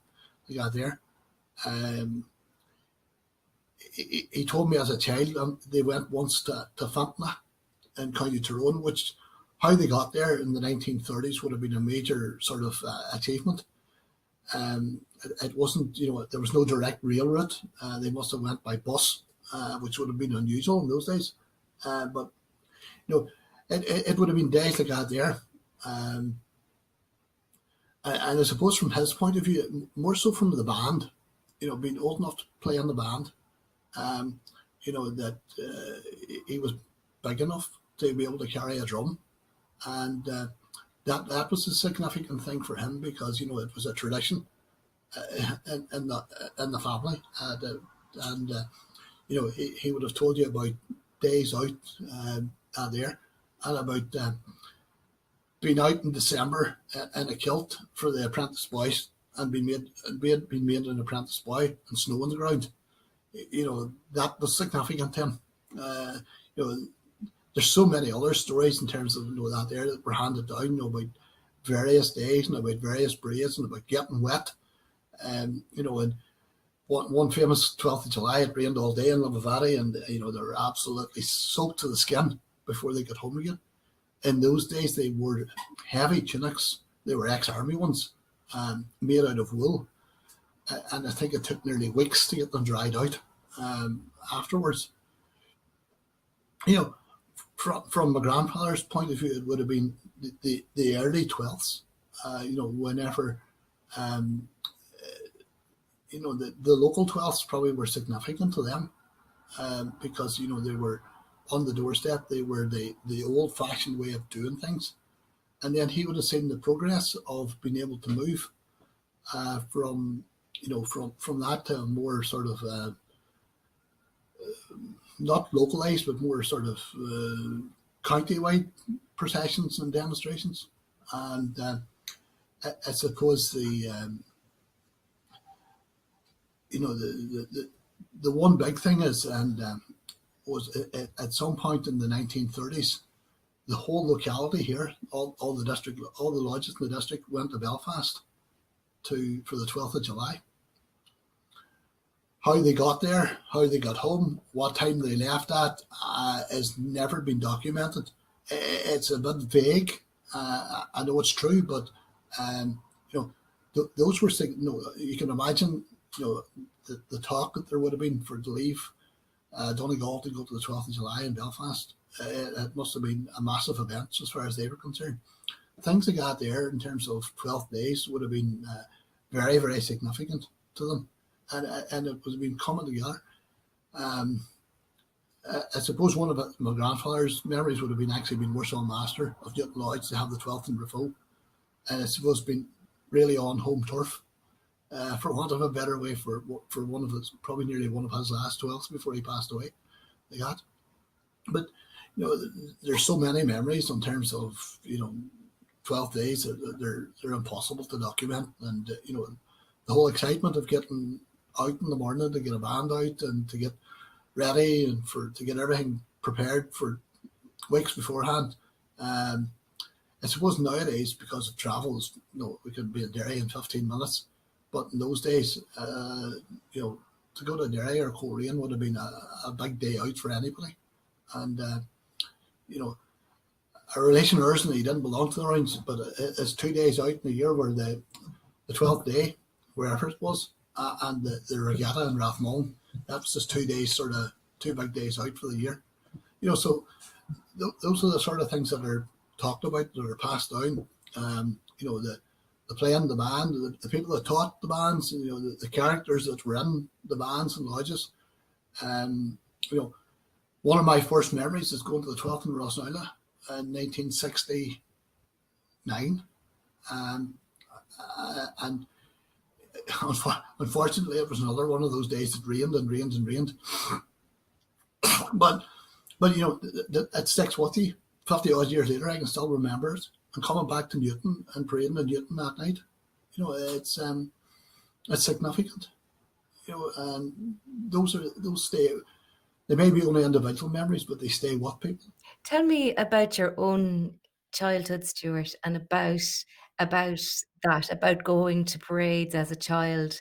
Can you describe even the run of events of the day for me and what it was like?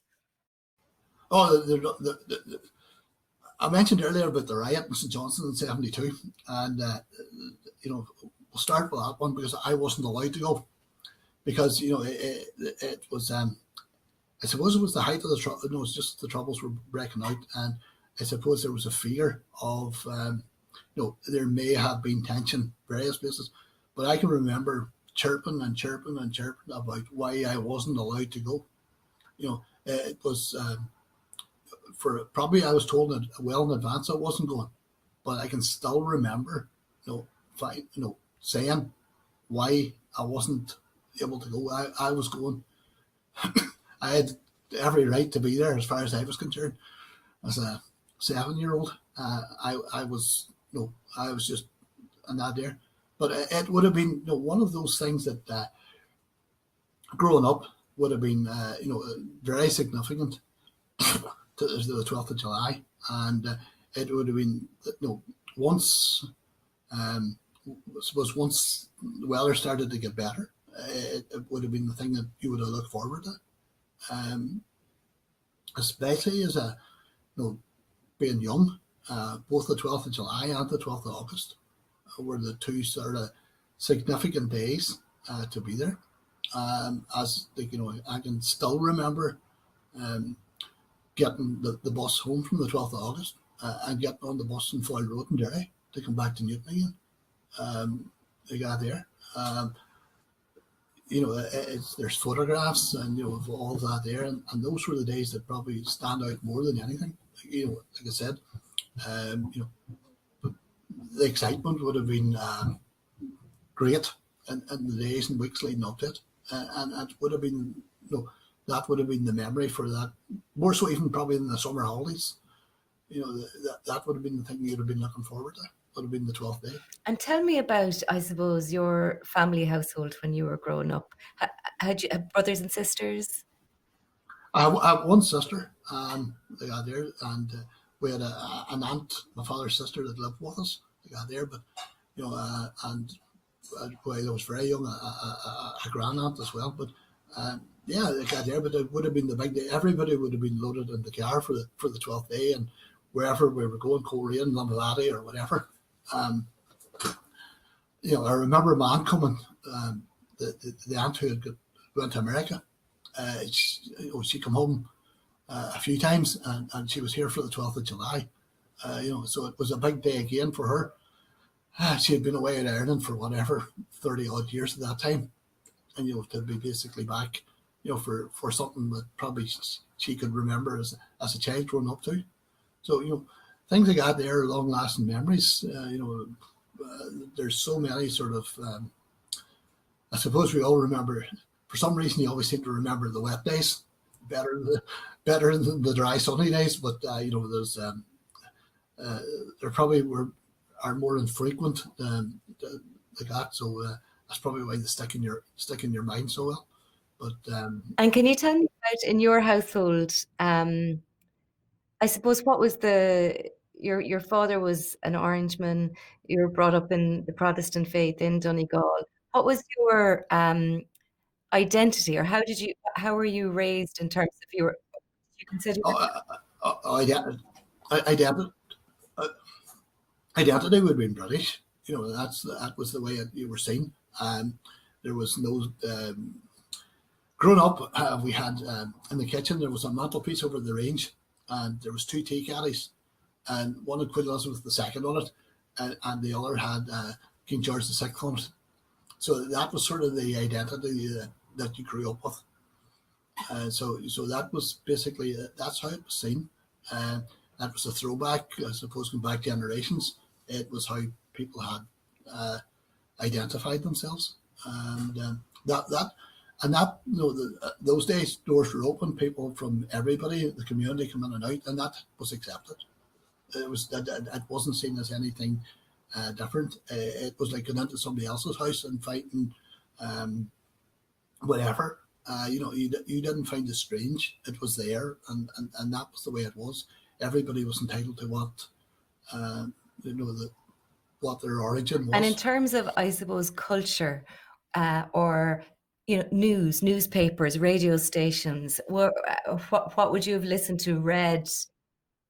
Well, I suppose BBC, ITV, were the normal. It was unusual to have RTE on.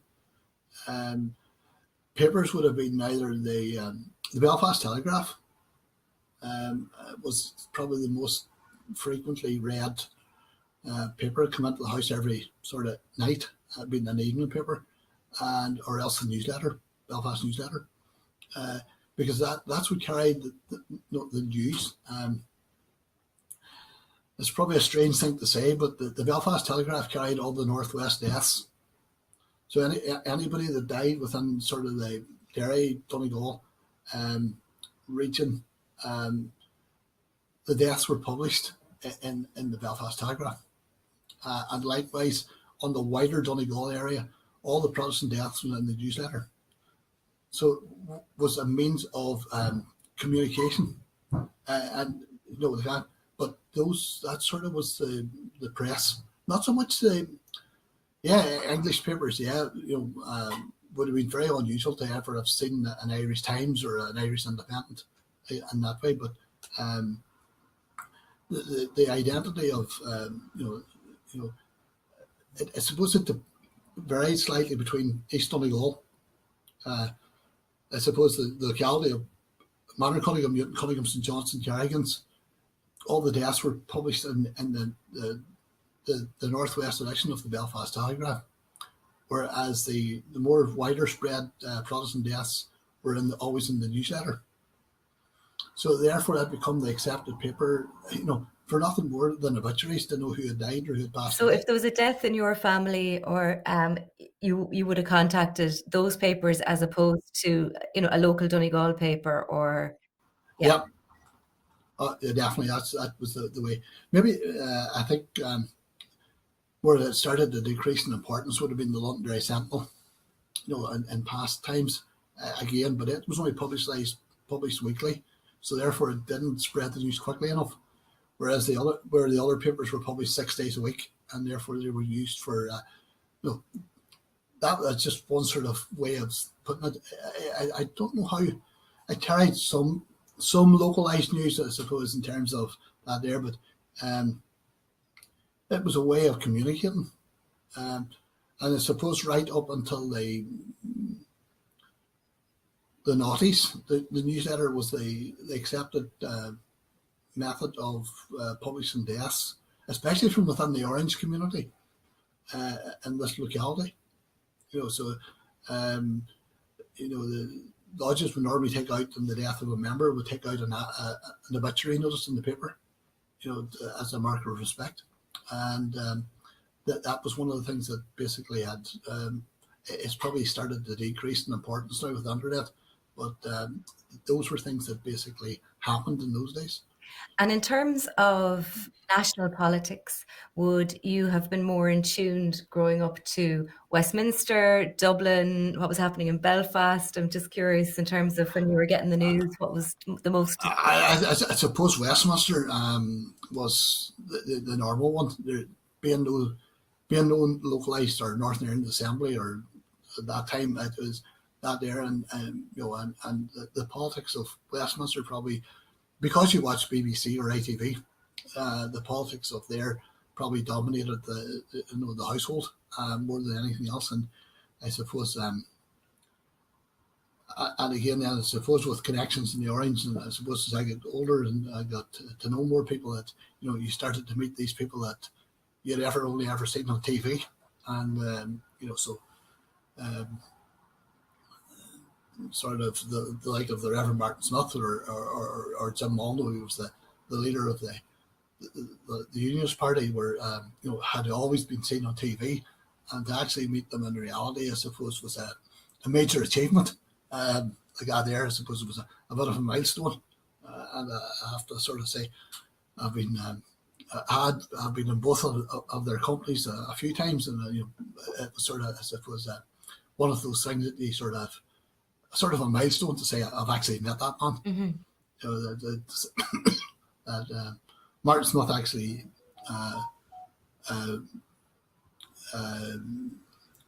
had come to Newton Hall at a point in time not for an event that we hosted. It was somebody that it's an All Orange event, but he had come along to do something for him on the day. So it was quite significant for me to get him here to Newton. It was one of them things that I could actually say he had come to visit Newton Orange Hall. My goodness. So it's like that there. So and where did you go to primary school then, Stewart? Where was you going? I went to primary school in Newtowncunningham. So that literally the primary school was beside the house. The guy there was within spitting distance, as they say. And was it a mixed school, or was it? No, it was a Presbyterian school. So it was a Presbyterian ethos school, and it was only mixed, and it was mixed gender there at that time. It was a Protestant school in this locality. So it was. Then I went to the Royal and Prior in Rifo for post-primary education. So it was mixed. It was of mixed denominations at that time. And I'm curious in terms of what I suppose the history curriculum was like in those schools from your perspective. Can you tell me a little bit about that? The history perspective in the national school was, I think it went from Norman to the Active Union was one of the syllabuses that could be taught. The teacher would have been the national school teacher we had would have probably been of Unionist stock. So I suppose she portrayed it with her own her own sort of swing on the way she taught history. One of the significant things is, it was the proclamation that should be displayed in all schools went missing in the Castle School. It was there before lunchtime, and after lunchtime it had disappeared, and we'll just leave it at that.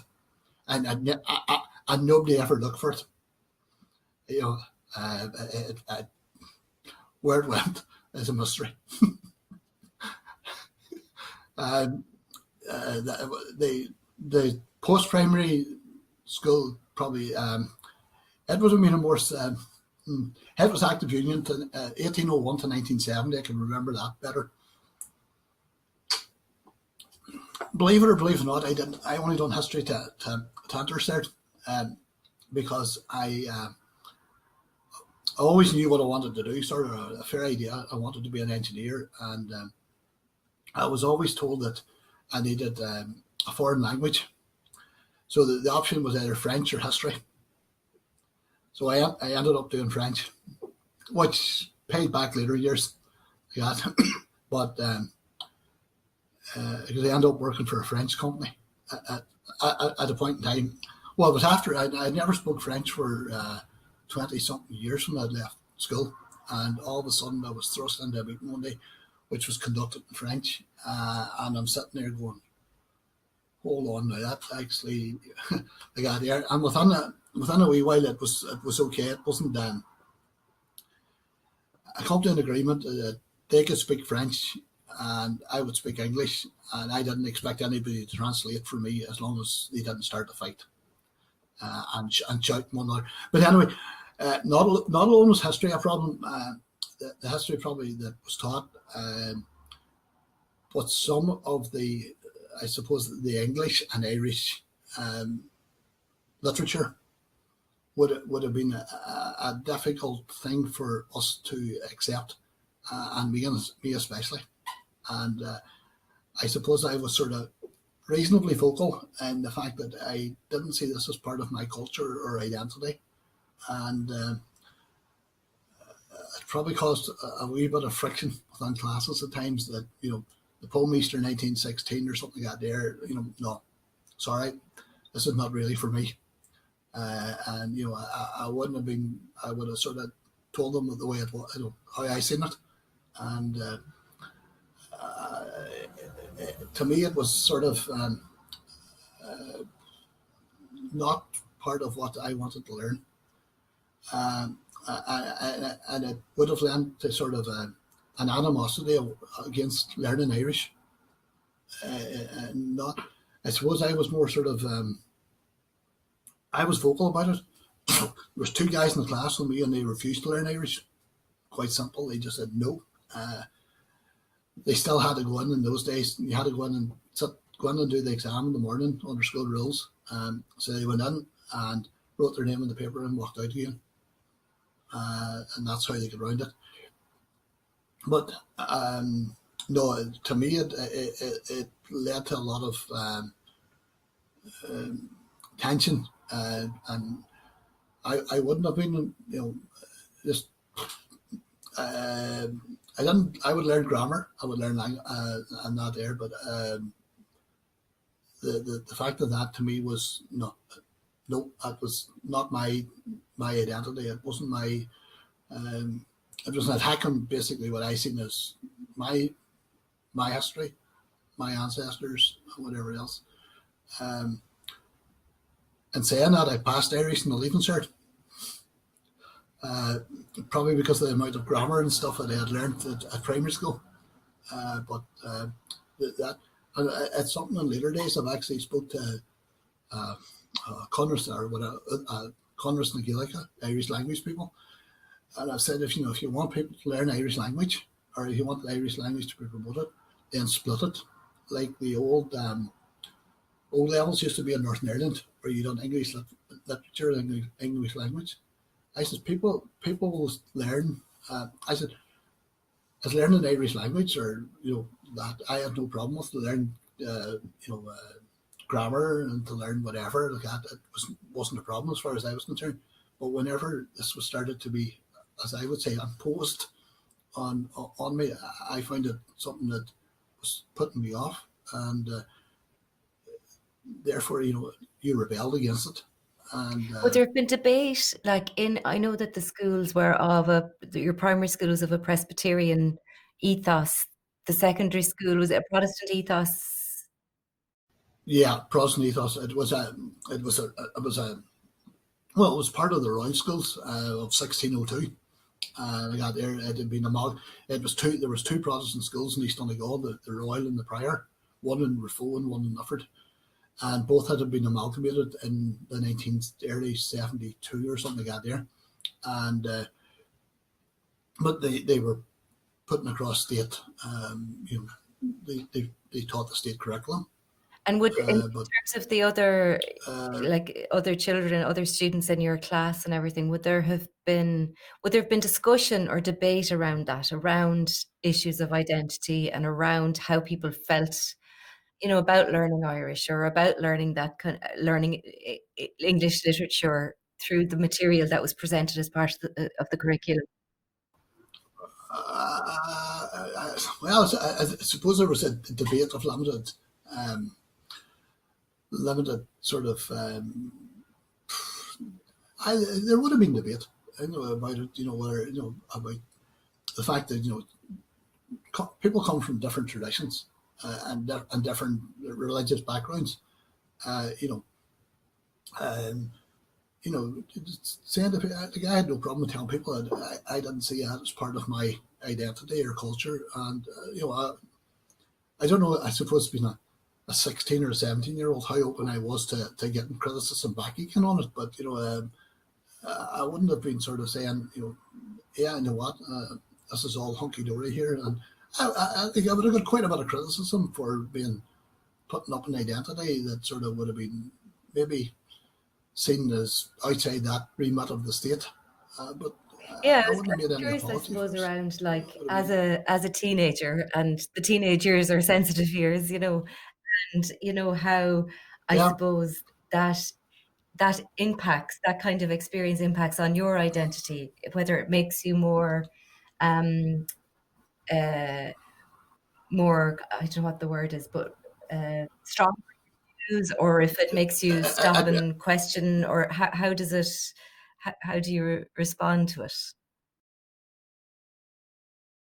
Well, it probably made me stronger, actually. As it was tried to be, I suppose, taught to me, I would have sort of rebelled more against it and went back into the sort of, this has nothing to do with me. And I suppose, luckily or whatever way, I suppose within teenagers, there's always a certain element of rebellion against something. And I suppose from home, it was seen if I was going to rebel against anything, if I was going to rebel against that, it was controllable. And therefore, there wasn't any pressure on from home, basically, that you had to pass an Irish exam. If you didn't pass it, you didn't pass it. You wouldn't have got criticised for failing it. It would have been okay. That we'll just go on to the next subject. Like, bearing in mind that my mother knew no Irish and my father had a very limited amount of it, it wasn't seen as important within the greater sort of the greater scheme of things. But it probably, to me, it would have been sort of, it would have been, I would have quite happily argued in class with it that, that in front of everybody, this was not part of my identity, and therefore I shouldn't have to learn it. I'm quite happy to learn whatever grammar you want to tell me. But when it comes to this sort of stuff, nah, would have been the sort of the way it'd been looked at. Even down to the fact of, and it wouldn't happen nowadays, but when we done the mock leaving certs in geography, you used to get the smaller and survey maps out, and we happened to get this locality is for the exam, and I wrote instead it said Derry on the Northern Survey map, and I wrote Londonderry on the exam paper, and along with two other guys in the class along with me, and we got pulled over the coals for it. We got there, and it was it led to a sort of a. I know nowadays if it happened, it would be a major diplomatic incident. They got there, but in those days, it was just. It probably that happened in whatever Easter. I had 2 months to go to school, and it was basically just, what, we'll get through the next 2 months as easy as we can. We'll just think, this guy, we're just going to ignore him. We're not going to speak to him in class. If you ask a question, you get an answer, but there will be no niceties. And that's how I left. I left the school probably infamous for being. Probably I was one of the first sort of guys that arrived in the school that come from a unionist background that was prepared to express what he believed. People of my sort of background probably had always went to Derry to school, and therefore probably was one of the first probably vocal sort of, we'll say unionists with a small u, that arrived in the Royal School and wasn't afraid to say, you know what, this is what I believe in. So I suppose I developed a bit of a reputation in terms of generally rebelling against Irish, and wasn't expected probably ever to pass it. Yeah, there. So after I left, a guy was a year below me. He met me and he says, "You're famous up there now." And he said, "I said, why?" He said, "You know the usual talk that," he said, "the headmaster comes round with there before the leaving cert." He says, sort of, whatever way you want to put it. He said, "He came into us the last day." And he says, "Do you know what?" He says, he went through the whole thing. He says, "And anything can happen." He says, "Even Stewart McClean passed an Irish exam." So that was my legacy of leaving the Royal School, and the legacy of Irish. But like I said, I had no problem with the language. It was the literature, and that was the way. That's how it went. And would you have expected, given the schools that you were in, that there would have been, I don't know, more understanding of your view? Like, the primary school, there was a bigger understanding. Like I said, the principal, I suppose, they would have been of a unionist tradition like the rest of us. Therefore, her focus would have been on, she would have skimped where she needed to skimp, and dropped maybe certain things out of the curriculum, but that she felt that probably didn't need. Like I said, she never went looking for the proclamation to see where it went. So you can take her background from that. But what she did do was teach a significant amount of Irish in a primary school. She taught probably an hour plus every day of Irish. So, but she taught it probably in a sensitive way. That she was only teaching grammar and spellings or whatever the case may be in those days. So therefore, she didn't get the resentment of it being used as a medium to sort of put down Protestant culture. Whereas when she taught history, like I said, it was whatever was it, 1016 Battle of Clontarf to 1801 Act of Union. That was the syllabus she taught, and I suppose in that there wasn't so much controversy from her point of view. So, but in the secondary school there was no sort of the diversification of people coming there probably was one of the things, but there was no sort of acceptance of probably the fact that these guys are not the sort of normal people that you're going to find, and you sort of could have been, well, probably fair enough to say you were alienated. You were saying, right, you three sit down the back out of the road, or you three sit over there, or whatever the case may be. But like, I could still make my point if I had to make my point, even as a 16-year-old. But it would have strengthened my belief that my own culture and my own beliefs, that they were right, and I wouldn't have given to the fact that what I was being taught was actual. And I can still mind some of the Irish that was still taught even today. Like out there, but it's not so much. More some of the books and things like that there that were there at the time were life stories more than anything. But the fact of having to actually do, learn. The Easter 1916 is the one sort of probably keeps coming back to my memory more than anything. And that would have led to sort of from me sort of saying, you know what, I ain't gonna, no, you know what, I'll take whatever consequences there is here. I'm not going to learn that. I even maybe turn around in class and say, no, would you learn the sash, for example? And they've been challenging sort of across the table. And tell me, I suppose, your childhood was overshadowed by the Northern Irish conflict. You were born in 1965. The Troubles kicked off in 1969 or thereabouts. Yeah. Can you tell me, I suppose, I'm just trying to imagine what it was like growing up in Donegal as, you know, from an Orange family during that period of time. What it was like celebrating Orange culture, commemorating Orange culture during those years. And I suppose in terms of your own identity, loads of questions here, sorry. In terms of your own identity, I suppose I'm kind of looking at rites of passage within the Orange Order and your I suppose, childhood involvement or family involvement. Yeah. I suppose growing up, you grew up in a mixed community. That's probably the first thing. So you had a wider experience of everybody, but there was no, if we had been away for the 12th of July, you'd have come back the next day, we'd have said, I was away at the 12th yesterday. No, nobody found it strange, or nobody found it, alien, or nobody stopped. In the main, nobody stopped speaking to you for a couple of days. Like that there. It was the normal thing that happened.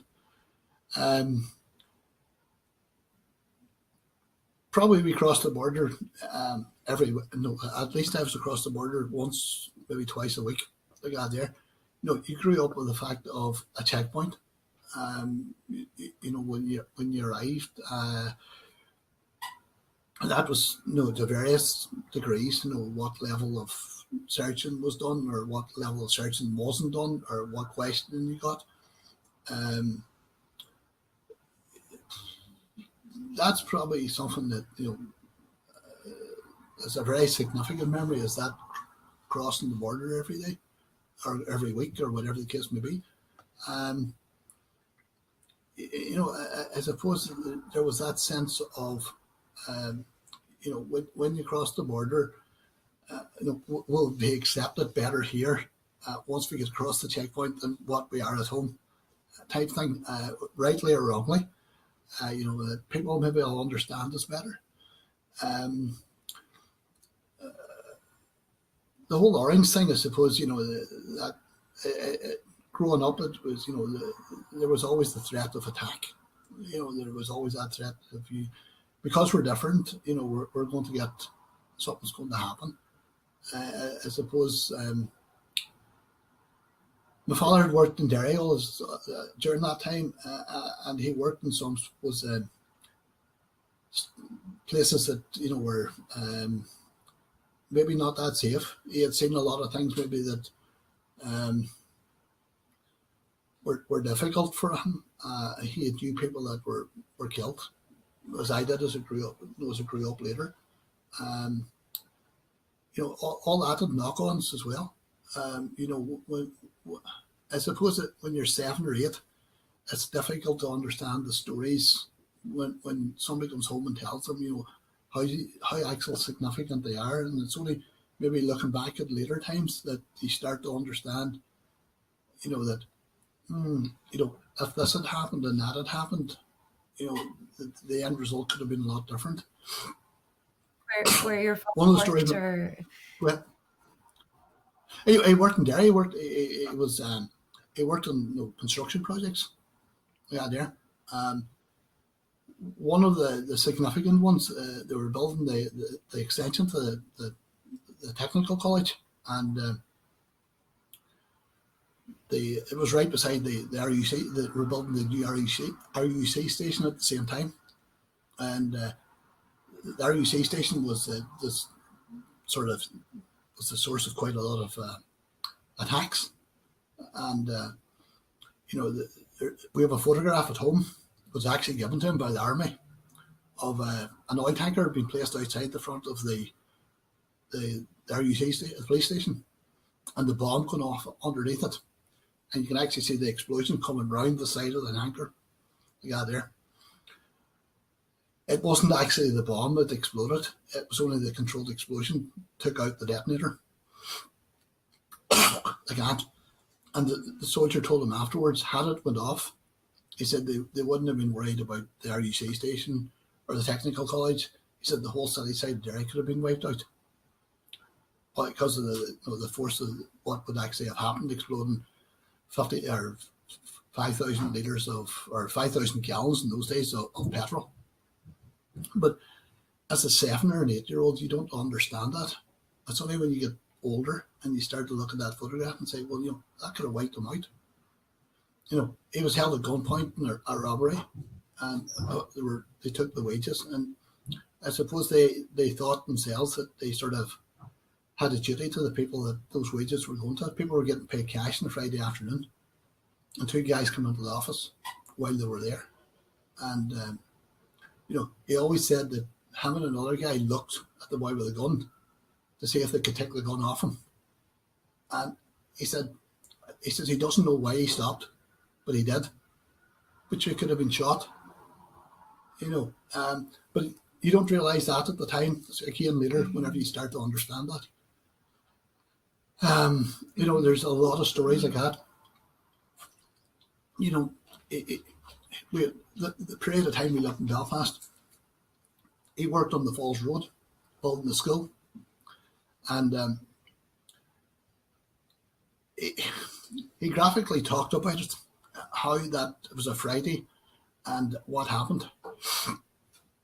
And he said that he always told the story that he worked for a company called Gilbert Ash, or one of the big UK construction companies at the time. And he had they had got a delivery of stuff that day, and including a 12-day-old road roller, which was literally brand new. And he said this guy basically said to them, anything that's movable, dig a trench and bury it. He says, so it can't be stolen. So things like piping and all that there, they dug massive trenches and they just pushed it into the ground and put clay over it, so it couldn't be touched. But all the plant equipment on the site was taken for barricades in the Falls Road. And I can still remember this. It was a Sunday morning, and he left home early, and they went down onto the Falls Road, and they took out of the barricades everything that belonged to Gilbert Ash and took it back and put it in their own site. And he said, in hindsight, he said, why did I do it? But he says, it was sort of that, whatever, sense of duty or sense of responsibility. But he said, we could all have been shot. He said, as soon as we touched the first thing out of the barricade, he said, they didn't know we worked for Gilbert Ash. He said, they thought we could have been whatever, the army or whatever, but they got away with it. But it was only, I suppose he was foolhardy in one way, but it was only in later life he started to reflect, or I reflected and said, as a roller, sure, they'll get another one, it's insurance or whatever. It's not the right thing to say, but they got whatever they belonged to them backing it. But he would tell you stories about, in those days, apprentices and things like that there, hammers.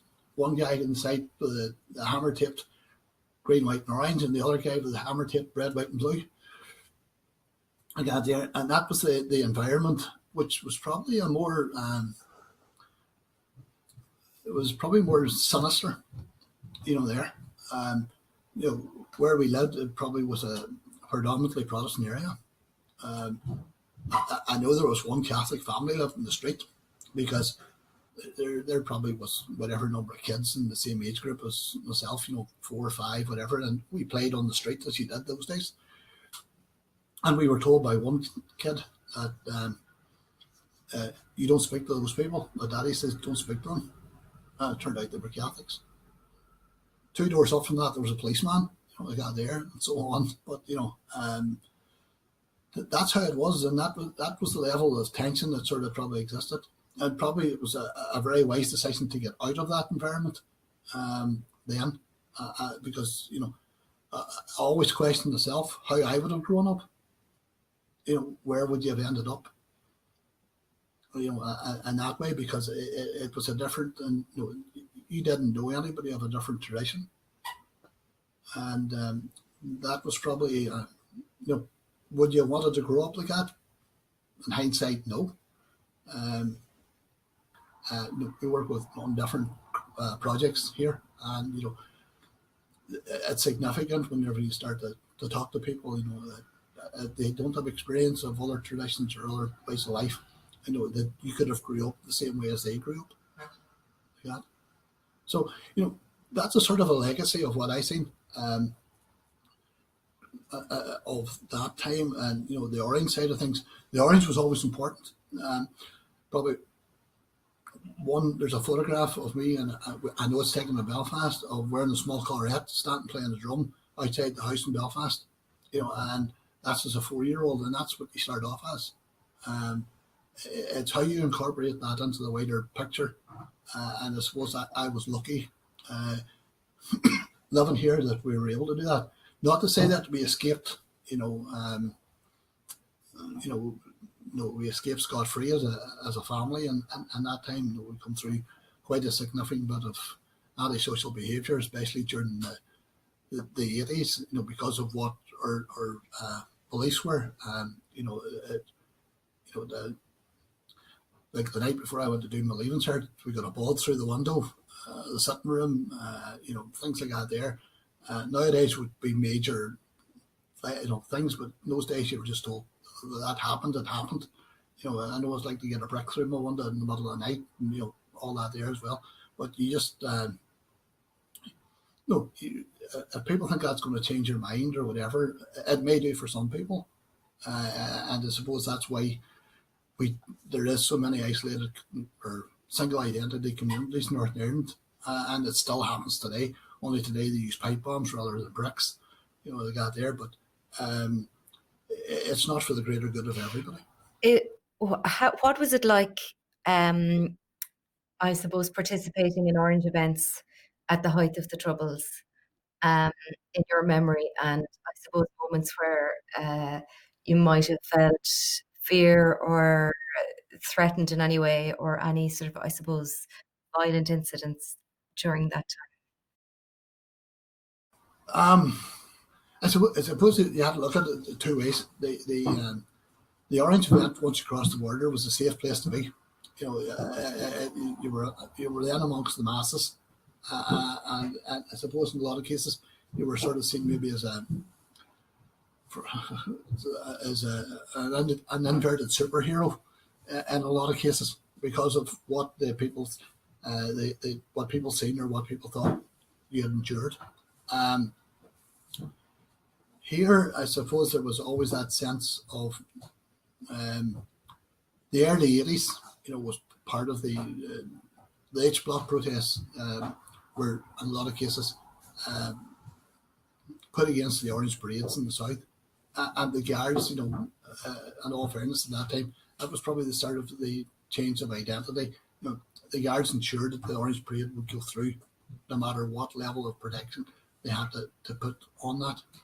And that would have been the change there. Go back to 72. There's a legacy of 72 and the riot in St. Johnson, of how the people there are even today emotionally scared in some cases. Some people felt threatened by it. Even today, they're still afraid of that, and it's probably a psychological thing that they have carried through with them to now. Others have made them stronger, harder, more determined to get through whatever comes in front of them. So it probably made people more definite in what they believed and what they stood for, or else it weakened them to the stage where they were probably afraid to express an identity.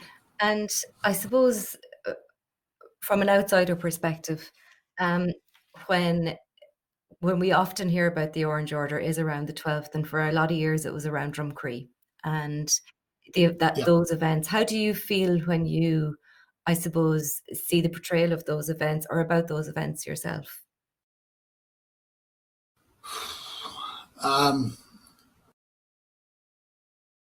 Some cases you have to actually understand the localized situation. Drumcree was one in terms of Portadown, where there had been movements and various places had become no-go areas for orange parades to go down. The one thing probably about Drumcree is it's not fair to say that the parade actually goes through the housing estate. The housing estate faces onto a road which the procession will pass, and so therefore it's like saying somebody that has a house along the M1 or the M50 in Dublin is going to protest because lorries are going on the M50. It's not passing their front door. It passes in proximity to where they are, which is slightly different. Without knowing the backgrounds, in some cases, it's very easy to make a decision and say one's right and one's wrong. Yeah, dear. The whole form of Drumcree had been orchestrated. It had started off in the tunnel area in Portadown, which is in the centre of it. And first of all, they protested there to get the parade moved away from there. Looking back on it, probably it's easy for me to say something like that there, but it probably could have been handled better and looked at differently. But that's easy 20 years on. To say that, if you don't know the area, you don't know the politics, you don't know the turf wars.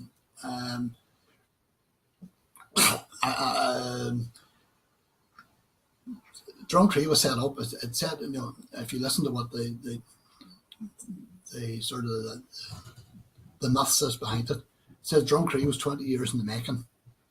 So it was. It was something that was set out to discredit the Orange, to try and bring it down, and basically they had sort of put this up, knowing fine well that if there was controversy, people were going to leave an organisation. It's the same thing as if people belong to a golf club and all of a sudden there comes a dispute about the accounts, for example. A certain number of people will leave because they don't want to be involved in any type of controversy. That was probably something that the Orange didn't see coming. It led to a decrease in membership because people didn't believe in what they had done. Who's right, who's wrong in that? I'm far away from it. It's easier for me sitting here in Newton saying that, yeah, the actions they take on the day were wrong. The actions they take on the day were right.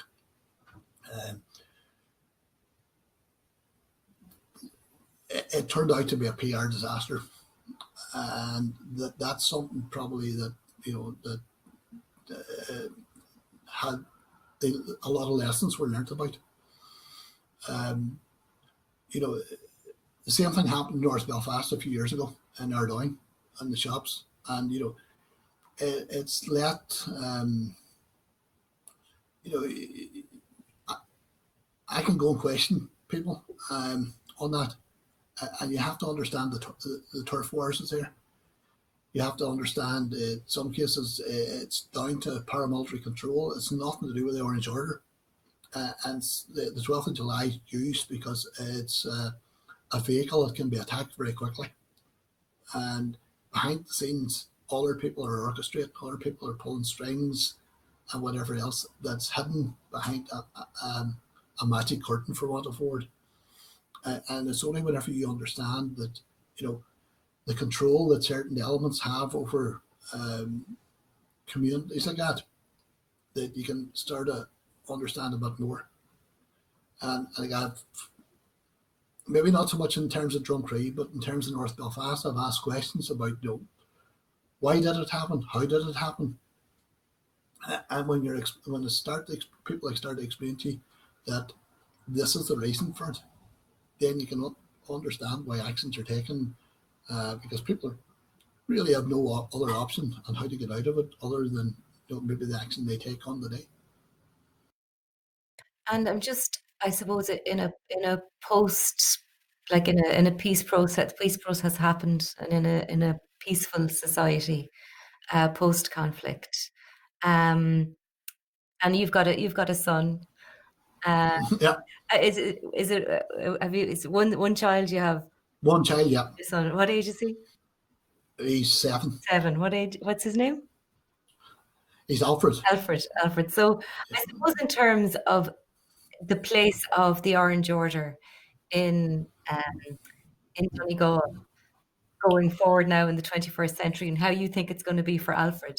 I'm just curious about what you want to pass on to him about that tradition, and what it is about that tradition that you would like to instill in him, and what You see, he's your age.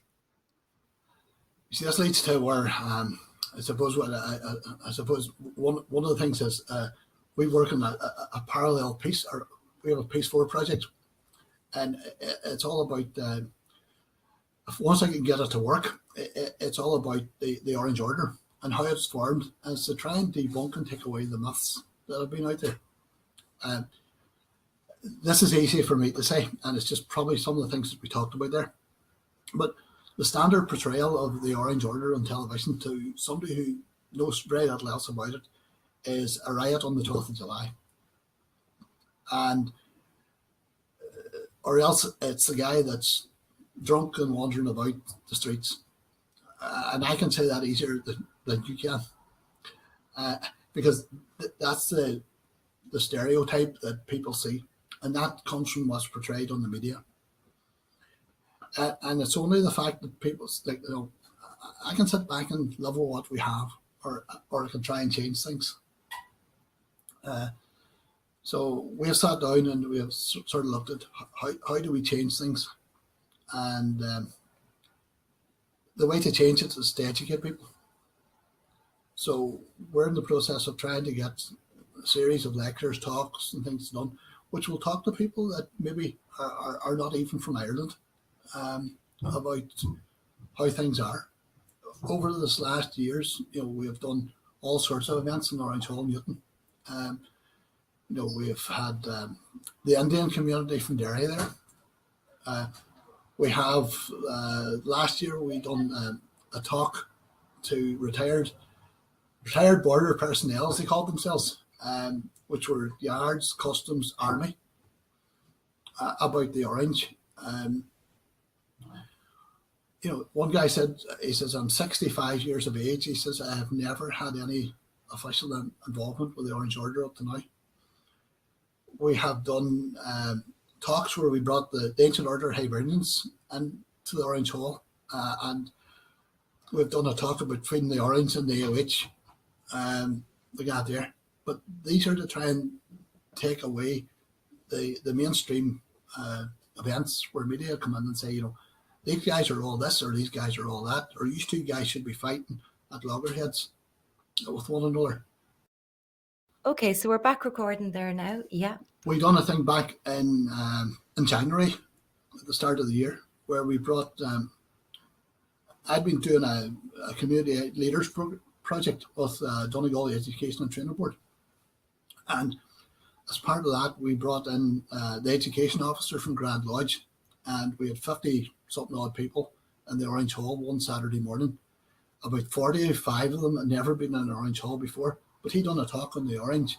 And it's not that we expect to change everybody. We know this stuff's out there, but what we're trying to do is educate people, to sort of tell them this is where it come from, this is what it's about, and this is what we believe, and that it's part of Irish society, and that's really what we're doing. So going forward, that's the sort of things that we're trying to pass on to the next generation.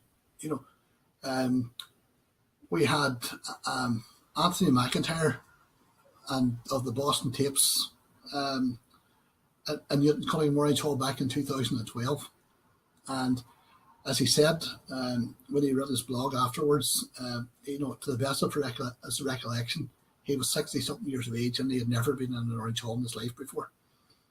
He was very complimentary about the way the hospitality that was given to him, and about the humble sense of pride that we expressed in what we believed. So when you can get that sort of level of people coming in and accepting something maybe that's has been completely alien to them for the rest of their life, I think we're sort of starting to make some wee bits of inroads into what we do and what legacy we would like to leave for the future. And in terms of, I suppose, we're at a really strange time in history, I suppose, really, when you look at, we're in the middle of a pandemic. Brexit is, uh, it's happening and being talked about a lot. And, there's concerns about the Good Friday Agreement, and the impact Brexit might have on that. And I suppose there's a lot of concern around all of that and a border. And I suppose equally, we're at this decade of centenaries of all of these events that happened from 1912 to 1923, everything from, the Ulster-Solemn League and Covenant, the formation of the UVF. We have 1916 War of Independence, Civil War, World War I. 100 years on, we're remembering all of those things as well. I suppose, how would you characterise the legacy of that decade on life today in Newtowncunningham and Donegal? The decade of centenaries, I suppose, 100 years on, every one of those events were significant to the people of the day. If you look at the signing of the Covenant, that was a massive milestone that so many people, almost 500,000 people signed. I always look at it and sort of try to picture it, the amount of movement that had to be, looking at the names and looking at the number of people signed it in Newton Hall. I can see my great-grandfather's signature along with his neighbours. And I always wondered, obviously they walked.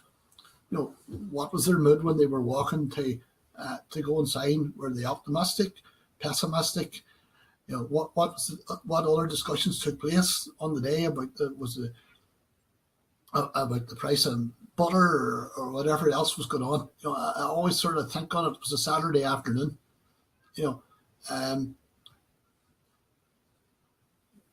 I suppose, if you look at it, I suppose in Donegal, the Easter Rising wasn't really significant. It was so far removed from it. The feedback from the First World War, I suppose, was more difficult too. I don't really know how they looked at the deaths.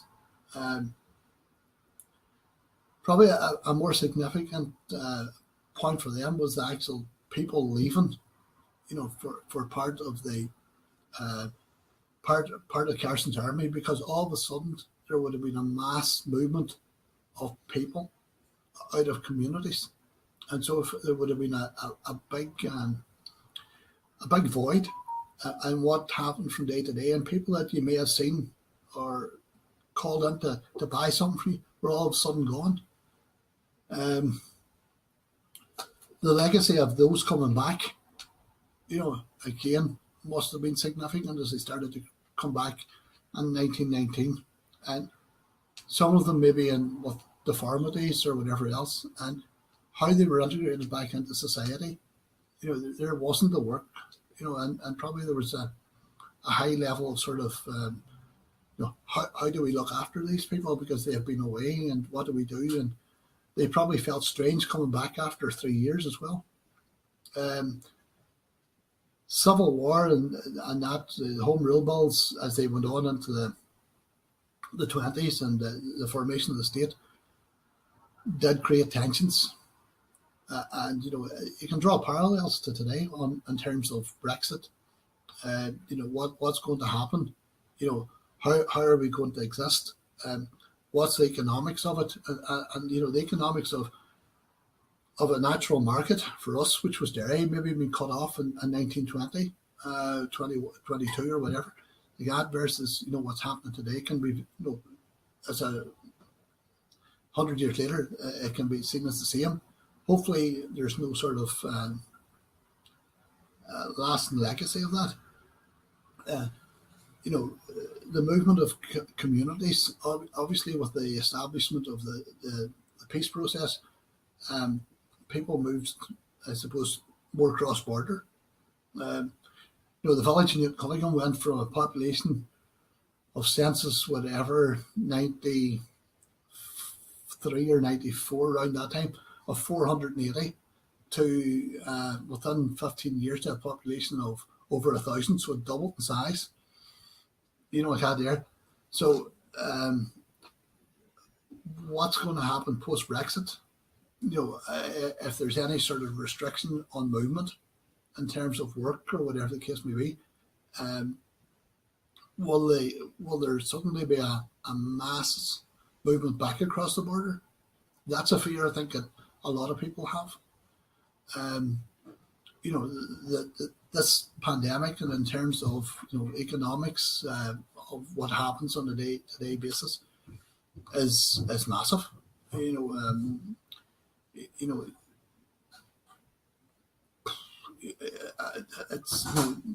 the one thing is probably, you know, we're sitting with the hall that is running costs. Whether we open the door or we don't open the door, you still have to pay all your bills. And we're only one of thousands of venues like that across the whole place that are trying to figure out how to cope with what comes at this moment in time. The parallels 100 years later are probably greater than what we ever thought they would be. Brexit is probably the one single thing that's is dangerous. The only thing I would say about Brexit is that with the work of the governments, you know, both north and south, there is significant amount of discussion that takes place cross-border, cross-community, that maybe people don't realise. You know, the amount of sort of talking that we do with people in Northern Ireland, or even people from different traditions from us within Donegal, is significant. You know, and that's important. You know, I suppose we all have a duty of care, for want of a better way, of making sure that what's there is not done away with. You know, there's hidden agendas out there, and people have hidden agendas for various reasons. You know, and sometimes they're selfish and it's their own, because it safeguards what they're doing or what they want to do, and it's up to the rest of us basically to make sure that those don't get carried across, and then that, you know, suddenly that we're back with all sorts of turmoil because people have used an unstable situation for their own benefit, and that's when a lot of cases like Peace 4 or Peace Plus is coming in behind it. Department of Foreign Affairs and the Peace and Reconciliation, International Fund for Ireland, all these projects are very significant, especially on border communities, and I suppose where you have a lot of single identity communities that don't understand, that need more education to keep that level of threat down. And just, I suppose, maybe to conclude, Stewart, are you hopeful about the future of Newtowncunningham Orange Lodge? With me, I'm an eternal optimist. I suppose even in the dark days and things were probably not so good, I could always see a glimmer of hope somewhere in the future. You know, people always laughed at me, but, you know, I would say during the late 70s and 80s, you know, I suppose it comes from the fact that I was one of the first recruits back into Newton Lodge for a generation. I joined in 1983, and nobody had joined since 1967 before me. Wow! So that was a long time, and it survived that. You know, and I suppose things like all that, they're all generational. You know, and all of a sudden the people that you know suddenly start falling off at the top. and suddenly you're thrust to greater a greater awareness of yourself than you realise. But there's two ways you can look at it. You can say, "Oh well, sure, somebody else will do it," or you can say, "Look, you know what, this means a lot, and I'll step up to the mark." So there was a significant rebuilding process to be done, and from, you know, I suppose for a period of maybe another 10, 8, 9 years after I joined, there was very few. Well, there was no more recruits, and then all of a sudden we started to get people through the door. So now I become nearly one of the oldest ones there. And that's probably a good thing.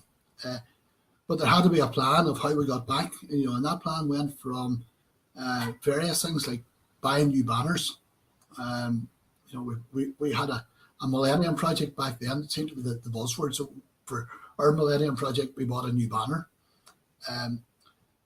As I mentioned earlier, one of the significant things then was to probably restart a band, which had been 30 odd years. So we got back to that, and you know, now we have rebuilt 2 orange halls, one voluntary and one not voluntary. Like 2014, the place was destroyed in an arson attack, so it was a big ask for 20 odd members to find over €500,000 to get it rebuilt, and you know, most of that's come through. Well, there's insurance settlement. There has been grants from Donegal County Council, Department of Foreign Affairs, like that. So we have had to work our way back, but it's been a long, arduous process to get back open again in 2018.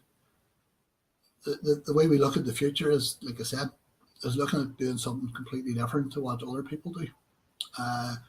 So therefore, that's what we have started to do, and thinking outside the box. And as long as we probably can think outside the box and look to see how we can interface with everybody else, then you have to try and feel, well, you will feel optimistic about it. And I suppose I have to ask as well about the role of women within the order. Can you see that changing? Well, there is the Loyal Orange Women's Association of Ireland. And I suppose in that case, it's no different to a lot of other organisations that have separate identities for ladies. So I don't know how it'll change going forward, but at the minute, you know, you know, it's like various organisations with the Gaelics, very similar.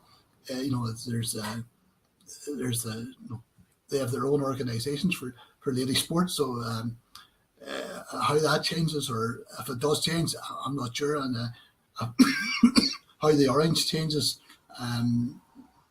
if it does change, is another thing. I've never actually heard anybody sort of muting the fact of changing it.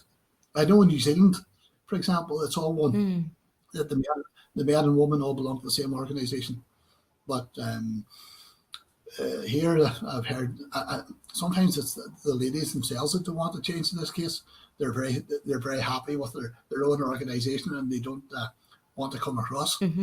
Great. No, listen, thanks so much, Stewart, for your time. I'm conscious I took an awful lot of your time this morning, and I'm very, very grateful for it. So thank you so much for your contribution to the project. No problem.